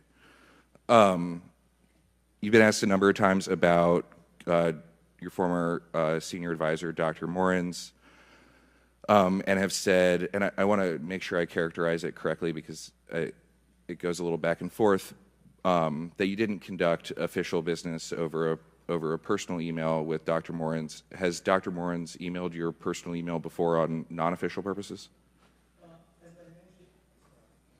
As I mentioned, we wrote scientific papers together, so he very well may have used that. Of course, that's the email I use when I write a scientific paper. Right. And that's because NIAID policy allows you to write on semi-official time, write papers, but you just have to put a disclaimer that this is not the view of in other NIAID. words, if you're doing something as official business, you shouldn't use your emails that are your official business. So in order to be compliant with the regulations, you would use a personal email. I appreciate it. I want to ask about some of the public health policies enacted during the pandemic. Dr. Francis Collins, the former NIH director, recently said in an interview, and I'm quoting, you attach an infinite value to stopping the disease and saving a life. You attach a zero value to whether this actually totally disrupts people's lives, ruins the economy, and has kept many kids out of school in a way that they never quite recovered. Understanding the COVID task force had a lot of voices at the table, is that an accurate description of the public health advisors, and then you could fit in other advisors along the way? Yeah, you know, Mitch, what I believe that Dr. Collins was saying was that we give advice based on pure public health issues. It's very, very clear now, retrospectively, looking at the potential collateral negative effects of things like mandating. It would be important for us now, since the purpose of, I believe, why we're here, is to how we can do better next time, is to consider the balance. I think things that we did in the beginning were in the context of horrible situation of 4,000 to 5,000 deaths per day. But that doesn't mean that you don't go back and look and say, did everything we do at that point and the duration for which we did it, was that appropriate, and do we need to re-examine? I believe that's what Dr. Collins was referring to, and I agree with him on that. And you got to my next question, that we are here trying to figure out how to do better next time, lose fewer lives next time. Would that be a better thought process going forward of thinking about the possible unintended consequences of public health measures? Absolutely. Yeah. And you've heard from both sides of the dais today, first weeks, months, novel virus, nobody knew what was going on, called for some drastic measures. Understanding, or once there was a better understanding of who the most affected demographics were, do you think it would be important to more narrowly craft public health measures to specifically favor those demographics? The answer is yes, but you have to be careful. Because if you have a certain group that is being predominantly afflicted, if you're really, really clear that another group is really quite protected, then you should fashion it demographically related. But what often happens with outbreaks is that they're a moving target, and you only hear about other vulnerables as you get further into the outbreak. So the answer to your question is you're partially correct that you need to do that, but you've got to be careful when you're dealing with a moving target. And we can appreciate that. You've been asked a little bit again about the theories of natural immunity and herd immunity. Those are both real scientific theories in infectious disease. Is that correct? Yes. And between infection-acquired immunity and vaccinated-acquired immunity, did the United States hit herd immunity? The answer is no, and I've written a paper on that, is that when you're dealing, and just let me take 30 seconds, I don't want to run out the clock on you, but I think it's important to make this point. When you talk about herd immunity, it's predicated on two principles: that you're dealing with a pathogen that's not changing, and number two, that when you either get infected or vaccinated, the duration of the immunity is measured in decades, if not a lifetime. So that if you have a pathogen that stays the same, like measles doesn't change. So I was infected with measles when I was a child. It's the same measles that's infecting people in certain countries in the developing world. Number two, when you get either infected or vaccinated with measles, you have immunity that's durable minimally in decades and possibly for life. So if you get the same pathogen and you get a large percentage of the people who have either been infected or vaccinated, then you have herd immunity. We did not ever have that with COVID. And you've also been asked a number of times about the vaccine and vaccine mandates. Were you the one that recommended to the president to mandate vaccines for certain individuals? No. Do you know who did? No, it was more of it was a combination of a group and just saying that, you know, certain agencies like the Labor Department or what have you would feel that this would to be done. But it was not like I one day said, hey, we should mandate vaccines. That did not happen. And I want to echo the comments of the chairman that we agree the vaccine saved hundreds of thousands of lives. And we talked about this a little bit in January, and I think you touched on it a little bit today. Could issuing these mandates and removing the notion of informed consent from some certain sects of the citizenry lead to vaccine hesitancy? Yeah, I mentioned this, I believe, in the TI, that as a matter of fact, that's something that I think we need to go back now when we do an after the event evaluation about whether or not, given the psyche of the country and the pushback that you get from those types of things, we need to reevaluate the cost-benefit ratio of those types of things. And then I won't belabor the point, but we talked about the 6-foot distance an awful lot today. Do you recall if it was ever suggested to be 10 feet? You know, I don't recall, Mitch, if it was ever suggested it was 10 feet, but when I made my explanation of what it was, I was saying that there was no trial that looked at 10 versus 6 versus 3 versus not even worrying about it at all.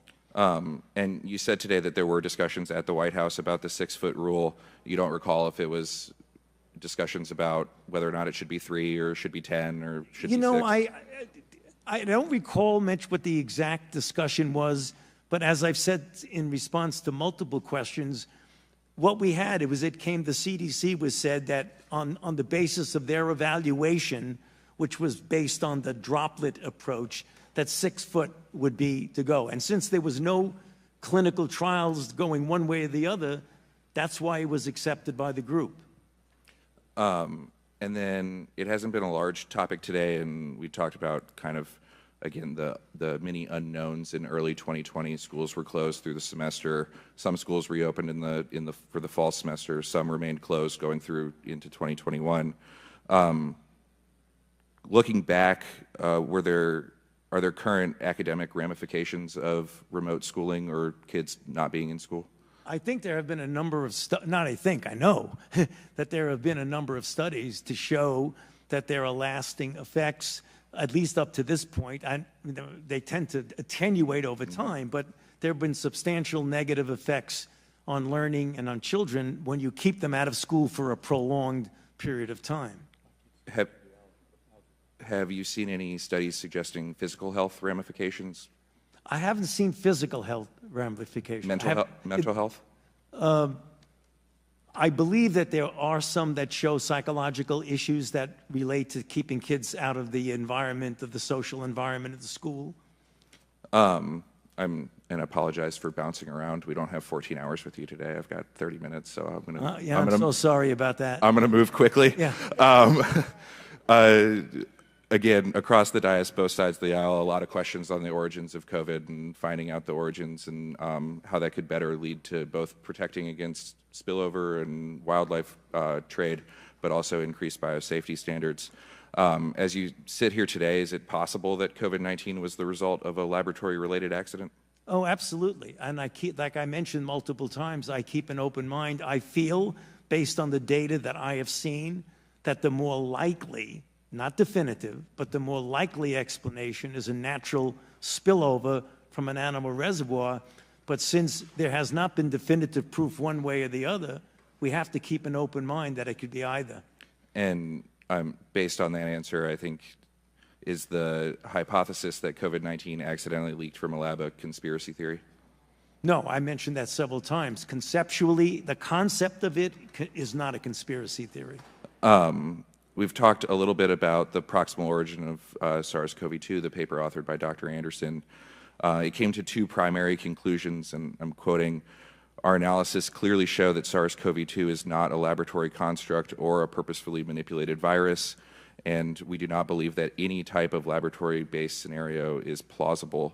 Do you disagree with those conclusions? I think, Mitch, if I'm not mistaken, I don't have the paper in front of me, I think they also said the possibility of if you passaged it, and you could have done that. And and if you passage it, it's in a lab. So it is, I mean, that could be. And they dispelled that at the end with we do not believe that any type of laboratory-based scenario is plausible. So I ask again, is a laboratory-based scenario plausible? Well, I mean, again, I don't want to speak for what they meant in that paper, but I have said multiple times, I keep an open mind that it could be either a laboratory leak or it could be what I think the data is leaning towards mostly, which is a natural occurrence from an animal reservoir. And this email was brought up too on April 16th, 2020. Dr. Collins wrote to you and said, wondering if there's something NIH can do to help put down this very destructive conspiracy, referencing the lab leak. I hope the Nature Medicine article on the genomic sequence of SARS-CoV-2 would settle this, but probably didn't get much visibility. Anything more we can do? The next day, you were at a White House press conference and cited proximal origin and said that proximal origin established that COVID-19, quote, is totally consistent with a jump of a species from an animal to human. Did anyone tell you to cite proximal origin from the White House podium? No, it was in response, I believe, to a question that might have been asked by a reporter, but I wasn't stimulated to say that at all. I was responding to a question. At that time, back in April of 2020, was it also your belief that a lab leak was possible? Yeah, I've always had an open mind about it. And then I want to correct the record again a little bit on the drafting and publication of the proximal origin paper. Did Dr. Anderson send you drafts to review? He sent drafts, but I'm going to jump ahead of you, if I might, dribble around. I did not edit it. It was mentioned by a few of the congressmen. I did not edit the paper. And I appreciate that. I just wanted to get on the record. Right. I want to talk about Dr. Morin's and what you wrote in your opening testimony and some of the answers that you gave today. And just for clarity, you were, in addition to being unaware of his use of personal email and potentially intentionally deleting federal records, were you also unaware of his actions to assist Dr. Daszak and EcoHealth? I was aware of his friendship. I was not aware of his attempts to assist him to respond to an NIH inquiry. So not aware of the editing of press releases or editing of letters? No, I was not. On November 11th, 2021, Dr. Morin's wrote in an email to Dr. Daszak that he attempted to discuss the EcoHealth grant with you, and you, quote, got upset and told him to have no more communications with Peter. Why did you tell Dr. Morin's to no longer communicate with Dr. Daszak? Because I think it's inappropriate to do what he did. I mean, and your committee has called him out very definitively about that, and it was inappropriate to do that. This is back in 2021. Right. What did you know about what he was doing then?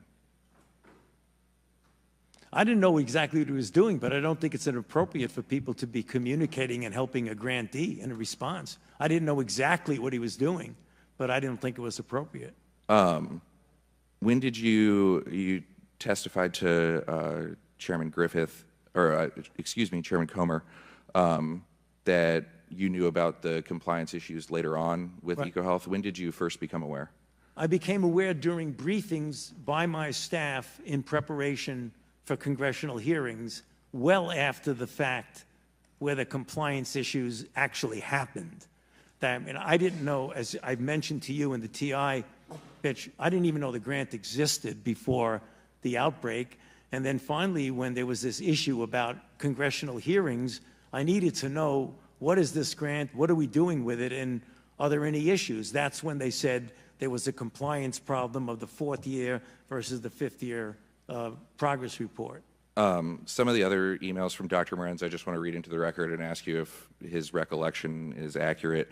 On April 27th, 2020, Dr. Morin's wrote, I am sure privately he would love to see Peter and EcoHealth fully restored, although he did once make the comment to me that Peter had screwed himself with the late report. I already told him that all that crap wasn't true. The late report was true, despite what Dr. Morin said.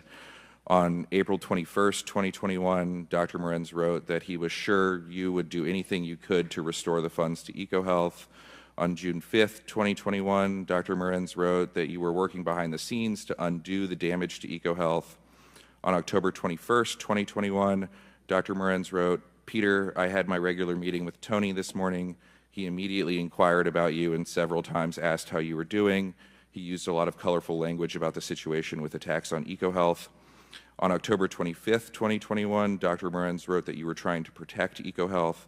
On March 22nd, 2021, Dr. Morenz wrote, the most important is within NIH to get the decision reversed and the grant refunded. I believe Tony would like to do this. And on February 24th, 2022, Dr. Morenz wrote, it will be a small consolation to hear the following, but in my face-to-face meeting with Tony this morning, he once again brought up, as he usually does, your plight, Peter. Did you ever have any discussions with Dr. Morenz about protecting EcoHealth or helping restore funding? Not at all. I don't know what, to be honest with you, Mitch, I just don't know what Dr. Morenz is talking about with that. Maybe he's trying to, as he said, cheer up. He said that in front of this committee, cheer up Dr. Dasick. But to say that I'm getting involved in trying to help him or protect him, not so. Did you ever have any conversations with Dr. Morenz about what Dr. Dasick was facing or about the termination of the grant? You know, he may have mentioned to me something like Dr. Dasick is going through terrible times, but I don't recall. It is conceivable that he would have mentioned that to me because, as he mentioned to you, that Dr. Dasick and he are very good friends. So it would not be surprising if sometime he had mentioned to me, boy, Dr. Dasick's going through some really tough times. Fine. That doesn't mean that I say you should help him. No, absolutely doesn't. So that's why we want to ask the questions and Yes. get the answers. During your transcribed interview with us, you were asked about whether or not Dr. Dasick had a conflict of interest in reviewing the origins of COVID-19. And you testified, you know, I hesitate to speculate about what someone else should do. The only people that I am involved with is my own staff, who we've mentioned many times in this discussion, who don't have a conflict of interest. With the benefit of hindsight and the work of this committee, do you believe Dr. Morenz had a conflict of interest regarding EcoHealth? Well, from what we know now, he definitely had a conflict because he was communicating with a grantee of helping him in response to an NIH issue, which is a conflict of interest. I did not know that at the time when I made your statement. And I appreciate that. That's, yeah. Sticking with EcoHealth, in April 2020, NIH terminated and then subsequently reinstated and then suspended the EcoHealth grant that had the Wuhan Institute as a sub-grantee. Do you recall that decision? Yes. Were you involved at all in that decision? No. You previously testified to House Energy and Commerce that you were, in essence, told to cancel the grant. Do you recall who told you? We got it from a number of, now retrospectively we found out how it was. It was the White House told the department to tell the NIH to cancel the grant. Did you agree with the cancellation? What is that? Do we need to listen to that? Okay. He was escorted out. Yeah. Okay, good. I'm sorry. Repeat the question, Mitch. Did you agree with the cancellation? You know, it wasn't a question of agreeing or disagreeing. It was like, can we really do that? I don't think that you can do that. And as it turned out, I was right because the general counsel of HHS said, by the way, you can't do that. You've got to restore the grant. And that's why they restored it and then suspended it pending the compliance review. Exactly. Not to keep reading Dr. Morenz's emails, but on June 24th, 2020, Dr. Morenz wrote an email, he, referencing you, made some additional comments to the effect that this came from the White House and he was totally opposed to it. You weren't totally opposed to it? Well, see, that's his, you know, he's doing a lot of interpretation, Mitch. His interpretation, I was totally opposed to it. It was more of, can we really legally do that? And the answer turned out, I was right. No, you can't. Do you recall, did the department ask you first or Dr. Collins first to terminate? I think it went directly to Building 10, excuse me, Building 1, the director's office. Is that the NIH director's office? Yeah, I think it went from the department to NIH to us. Okay. Were you, prior to your retirement in December of 2022, were you involved in any of the compliance actions NIH took against EcoHealth? I don't believe so. I think the actual, and again, I'm a little unclear about the time, but I think most of the disciplinary actions actually occurred after I left, if I'm not mistaken. Yes, the actual suspension and debarment occurred after you left, but there were a number of letters requesting lab notebooks or further information while you were still there. What happened, Mitch, and it's important to point this out, once it was clear that there was compliance issues while I was still there, we were told at NIAID, stay out of it. Compliance is going to be handled by Building 1, i.e. the NIH director, and Mike Lauer. So the compliance was said, don't touch it, don't go near it, just we'll take care of it. And you just brought this up, since the original termination, then suspension, NIH found numerous major violations of grant policies, has since debarred the Wuhan Institute of Virology and suspended and proposed for debarment both EcoHealth as an institution and Dr. Daszak individually. Are you aware of those? Yes, I am. During previous TIs and hearings, when asked if they supported every one of these actions and supported the suspension and debarment, both Dr. Collins and Dr. Tabak said yes. Sitting here today, do you support the suspension and debarment of EcoHealth? Yes. I want to move on to the kind of like known unknowns of COVID origins, to quote Dr. Lipkin's paper from early 2020. On October 20th, 2021, Dr. Tabak sent a letter to then Ranking Member Mr. Comer that said the bat coronaviruses studied under the EcoHealth Alliance grant could not have been the source of SARS-CoV-2 and the COVID-19 pandemic. You've testified similarly both back in January and today. Some of the things that I believe Chairman Griffith brought up was just kind of that statement results on some things, rests on some things that we just can't know. In your experience, Dr. Fauci, do researchers publish every virus that they sequence?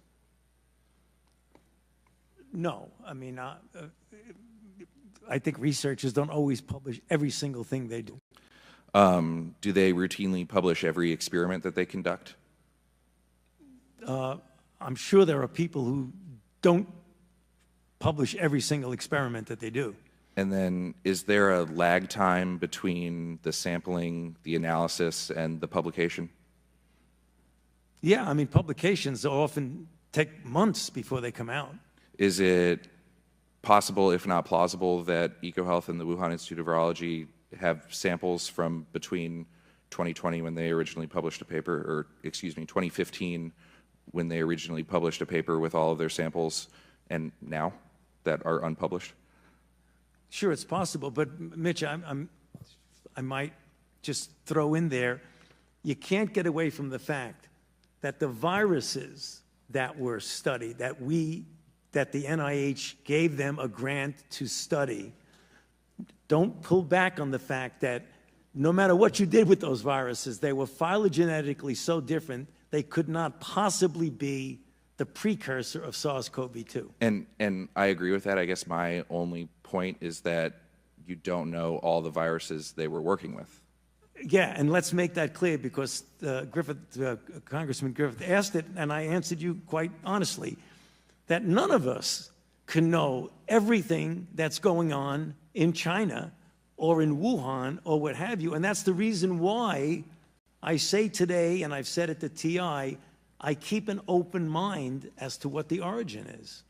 The last topic I want to touch on is gain of function. We touched on it in January. You touched on it a little bit today.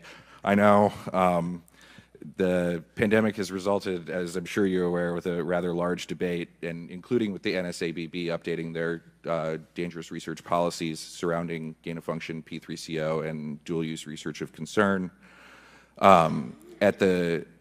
Prior to October of 2021, the NIH website listed gain of function as a type of research that modifies a biological agent so that it confers new or enhanced activity to that agent.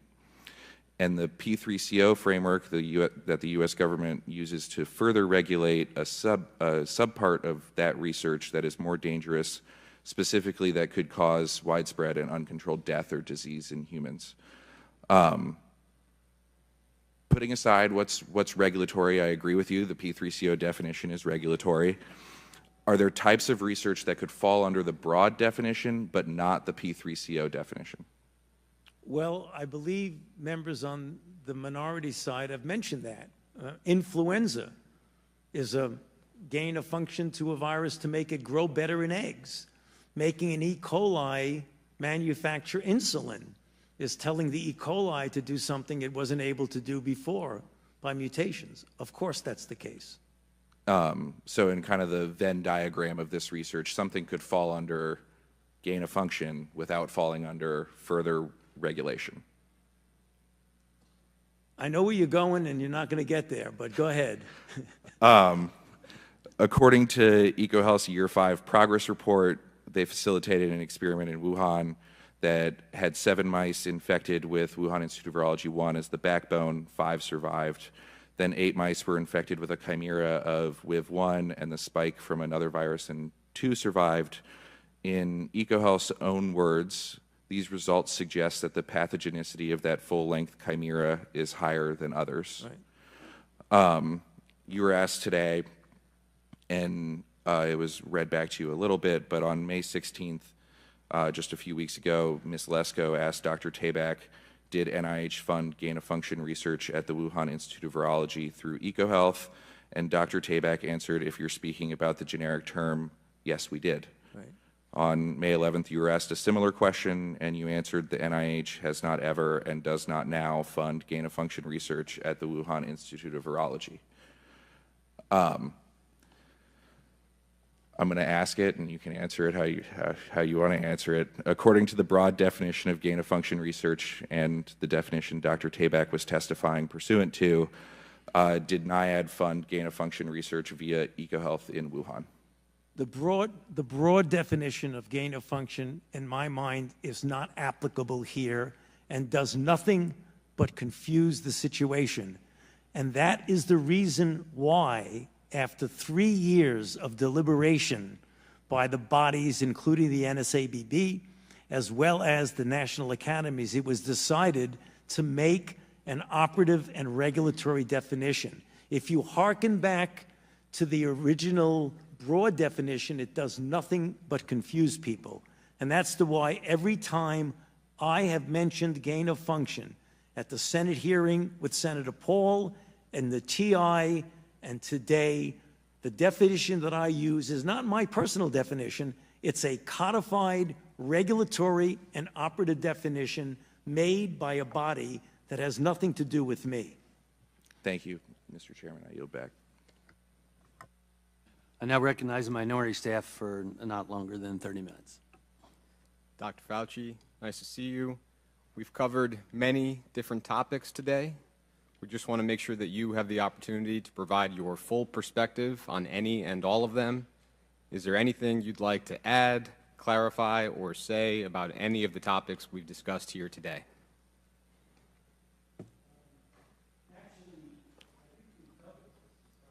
We've covered just about everything, but if you come up with something you want to ask me, I'd be happy to try to fill it in, but I think we've been rather extensive today. I think that's great, and I think we agree, and so with that, we'll yield back the remainder of our time. I'd like to yield to the Ranking Member Ruiz for a closing statement if he would like one. Dr. Fauci, I'd like to thank you for your testimony today, and I would like to thank you for your decades of service to our nation, especially with the HIV epidemic that our nation suffered through, the pandemic flu, Ebola, Zika, and COVID-19, and your years of research and investment that led to the rapid development of the COVID-19 vaccine that saved millions of lives. Thank you. And over the past 4 years, you have been personally targeted by extreme narratives about the origins of the COVID-19 pandemic and the U.S. government's response to it. They began in force in retaliation to wisdom you offered that contradicted the reckless and dangerous therapeutic recommendations by President Trump and have remained part of House Republicans' political playbook. These extreme narratives have been the bedrock of the Select Subcommittee's Republican-led probe and the untenable inferences they've somehow drawn despite the overwhelming evidence that it is inconvenient to those narratives. I want to be clear, the evidence uncovered from more than 425,000 pages of documents and 20 closed-door interviews of current and former federal officials has undermined the extreme narratives behind Republicans' own probe. As I alluded to at the beginning of this hearing, my Democratic colleagues and I are committed to speaking objectively and truthfully about what the evidence shows, and this is what it shows. Dr. Fauci did not fund research through the EcoHealth Alliance grant that caused the COVID-19 pandemic. Dr. Fauci did not lie about gain-of-function research in Wuhan, China.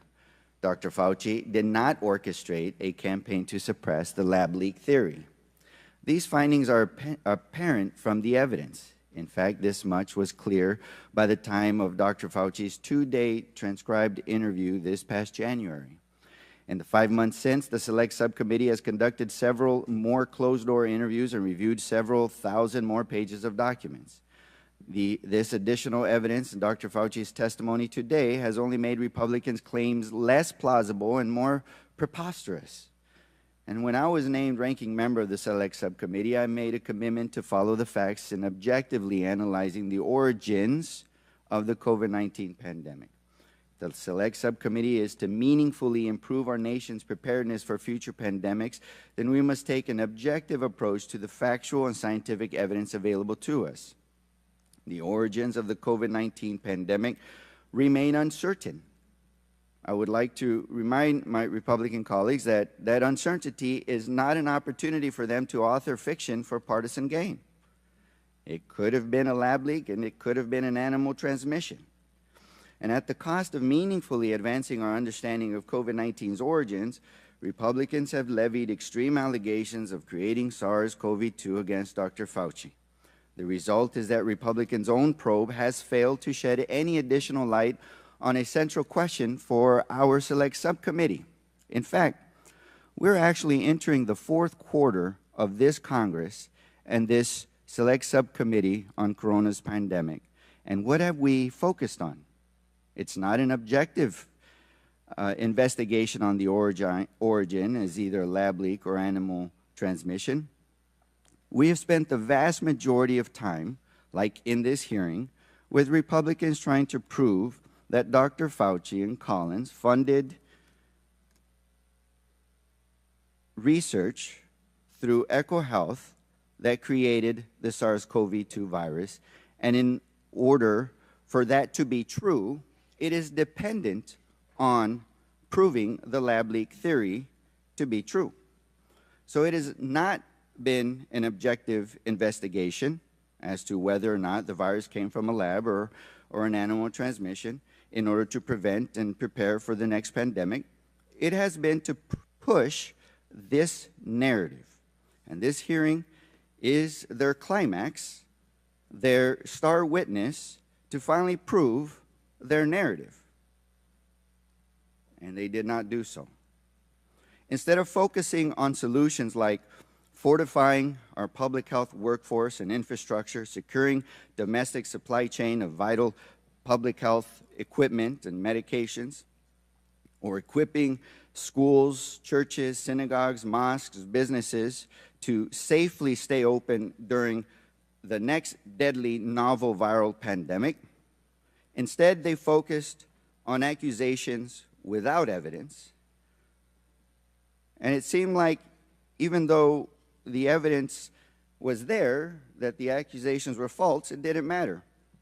They still accused him on a cover-up, suppressing the truth, that he initiated, prompted, or edited the Proximal Origins paper, that he funded a gain of research that created the SARS-CoV-2 virus, even that he received royalties. You know, his answers today and his transcribed interviews and his countless emails refuted all of this. They always have. And his testimony today did again. But I guess that doesn't matter for the majority. The truth is that there is no evidence to prove this narrative that we spent so much time addressing. Their accusations are without evidence, but it doesn't matter to them. Intentionally misleading the public is propagating disinformation, and it's wrong and dangerous not only because it manufactures distrust in our public health leaders and our public health agencies, but also because it targets Dr. Fauci and other public health officials for violent death threats. Dr. Fauci just said that anytime anybody alludes to the false accusation that he created the COVID-19 pandemic, his death threats go up. But irresponsibly and recklessly, members on this subcommittee continued to accuse him of that. So for the remaining months of the Select Subcommittee, I reaffirm my commitment to take a serious, balanced look at the question and the possibilities of whether the novel coronavirus emerged from a lab or from nature. And I emphasize to my colleagues that any uncertainty about those origins is an opportunity for us to work constructively together on forward-looking measures to improve our nation's readiness for future public health threats. Thank you, Mr. Chairman, and I yield back. Thank you again, Dr. Fauci. I want to thank you for coming here today. I, again, truly appreciate your willingness to come voluntarily before this Select Committee for both your transcribed interview and the hearing today. You know, this hearing was an opportunity to learn about our COVID-19 response and how we can improve and do better. And we did some good things during that, and I'll cite Operation Warp Speed as one of them. It's also an opportunity to more closely examine the office in which you served, because there seemed to be some significant wrongdoings that took place, and I believe that we can make changes and prevent that from happening in the future. That's my goal. It's an opportunity to take a close look about the processes and the procedures in place in our health institutions in the United States. That's our job as oversight in Congress. That's what we're supposed to do. I don't know what playbook some are talking about, because it's been my goal as chairman, and I think you've seen the staff behave the same way, to take a hard look at the facts so that we can do better in the future. I know that at the end of the transcribed interview, not only during the interview, we talked about other types of vaccines we may be able to create, mucosal vaccines, maybe inhibitors of furin, if there's a furin cleavage site as part of the vaccine. I appreciated that conversation so very much. And at the end, you thanked me for the fairness. And we had the opportunity to share a lot that day. I think what I'm most concerned about as we go forward as a country and from our agencies is that we can be trusted and that we are better in our messaging and talk about clarity. Dr. McCormick today talked about what it was like actually treating COVID patients day in and day out. I had recommended early on that America needed to hear more from doctors that were treating COVID patients, what they were seeing, what was working, what was not working. I compared it to General Schwarzkopf during the Gulf War. Everyone tuned in every night to hear what General Schwarzkopf had to say, not the politician, but what the general in charge had to say. And I think that was important, the one who was in the trenches. But look, you know, we've gone back and forth on the definition of gain of function. I think it's been pretty clear what was you said was on your mind, and there were two different definitions, if you will, a generic definition and an operative regulatory definition. But so, you know, when we go through this, and what America hears is that you say NIH did not fund, and Dr. Tabak said NIH did fund. Clarity matters. I think it would have helped when you were in front of Dr. Paul in the Senate, if you were clear about what you meant. The American people had never heard of gain of function. until this came about. Clarity matters. You know, when we conducted great trials on the vaccines, I thought they were phenomenal. Normally you have 8,000 to 10,000 people. We had about 40,000 people in each one of the trials. And what we knew from the trials is that, one, it saved a lot of lives. That's one thing. But we also knew that if you got vaccinated, you could still get COVID. We didn't make that clear to the American people in my mind. And that you could still get sick. And so if someone stands up, not you, but if someone stands up and says, if you get vaccinated, you're never going to go to the ICU and you're not going to die. Well, that was still happening. So where was the messaging? I wish you would have corrected that right then and there. You know, President says, oh, maybe we just inject bleach. Well, some people maybe thought that was serious. We made it clear it was not. And that was important. But here we have Operation Warp Speed, which I know firsthand you were working on, and you were kind enough to work with the Doctors Caucus to explain what was going on with Operation Warp Speed. And we have a presidential candidate who says, well, if that's developed, I'm not taking it. And I'm paraphrasing. And then takes it. The American public deserve a lot better from their government. And what should have been a 9/11 moment for this country, this pandemic, was turned into a political nightmare. We need to do better. These are agnostic issues, not political. And I think from what we have learned from you in the TI and here today, there's a lot of things that we can do better. And the grant process being one of them. I mean, if you, look, when I sign a prescription, I'm responsible for it. Somebody needs to be responsible. And if you're signing for grants but not responsible for it, you just sign it, then you're not responsible for the dollars that are going out. And then maybe it's the advisory committee that needs to be signing the grant so that there's some level of responsibility and responsibility for compliance. I think that's one of the biggest lessons learned through all this. We can do better. America's a great country. We can fix our problems. But we have to take a good hard look at what we did, what we didn't do, be honest with ourselves, be better in our messaging to the American people, especially when it comes to health. And that's why I felt it was very important that we don't do things like mandates, but let patients have a conversation with the doctor that they know and trust, and make sure that we're getting the doctors all the information and data that they need. From adverse effects of the vaccine, which we've always done, adverse effects of the vaccine, to what the vaccine can and can't do, whether you're at risk or not at risk, what are your risks. Those are personal conversations that need to take place. And I look forward to trying to establish a system that does a better job at that. I'm going to conclude and just say thank you once again, Dr. Fauci. Matter of fact, I'd be glad to have more off-the-record conversations about things we can do in the future, drugs we may be able to develop, treatments we may be able to provide, and vaccines we may be able to produce. And so if you're amenable, I might reach out to you for that, and other scientists as well that may have varying opinions. So again, thank you again for being the witness today. With that and without objection, all members will have 5 legislative days within which to submit materials and to submit additional written questions for the witnesses, which will be forwarded to the witnesses for their response.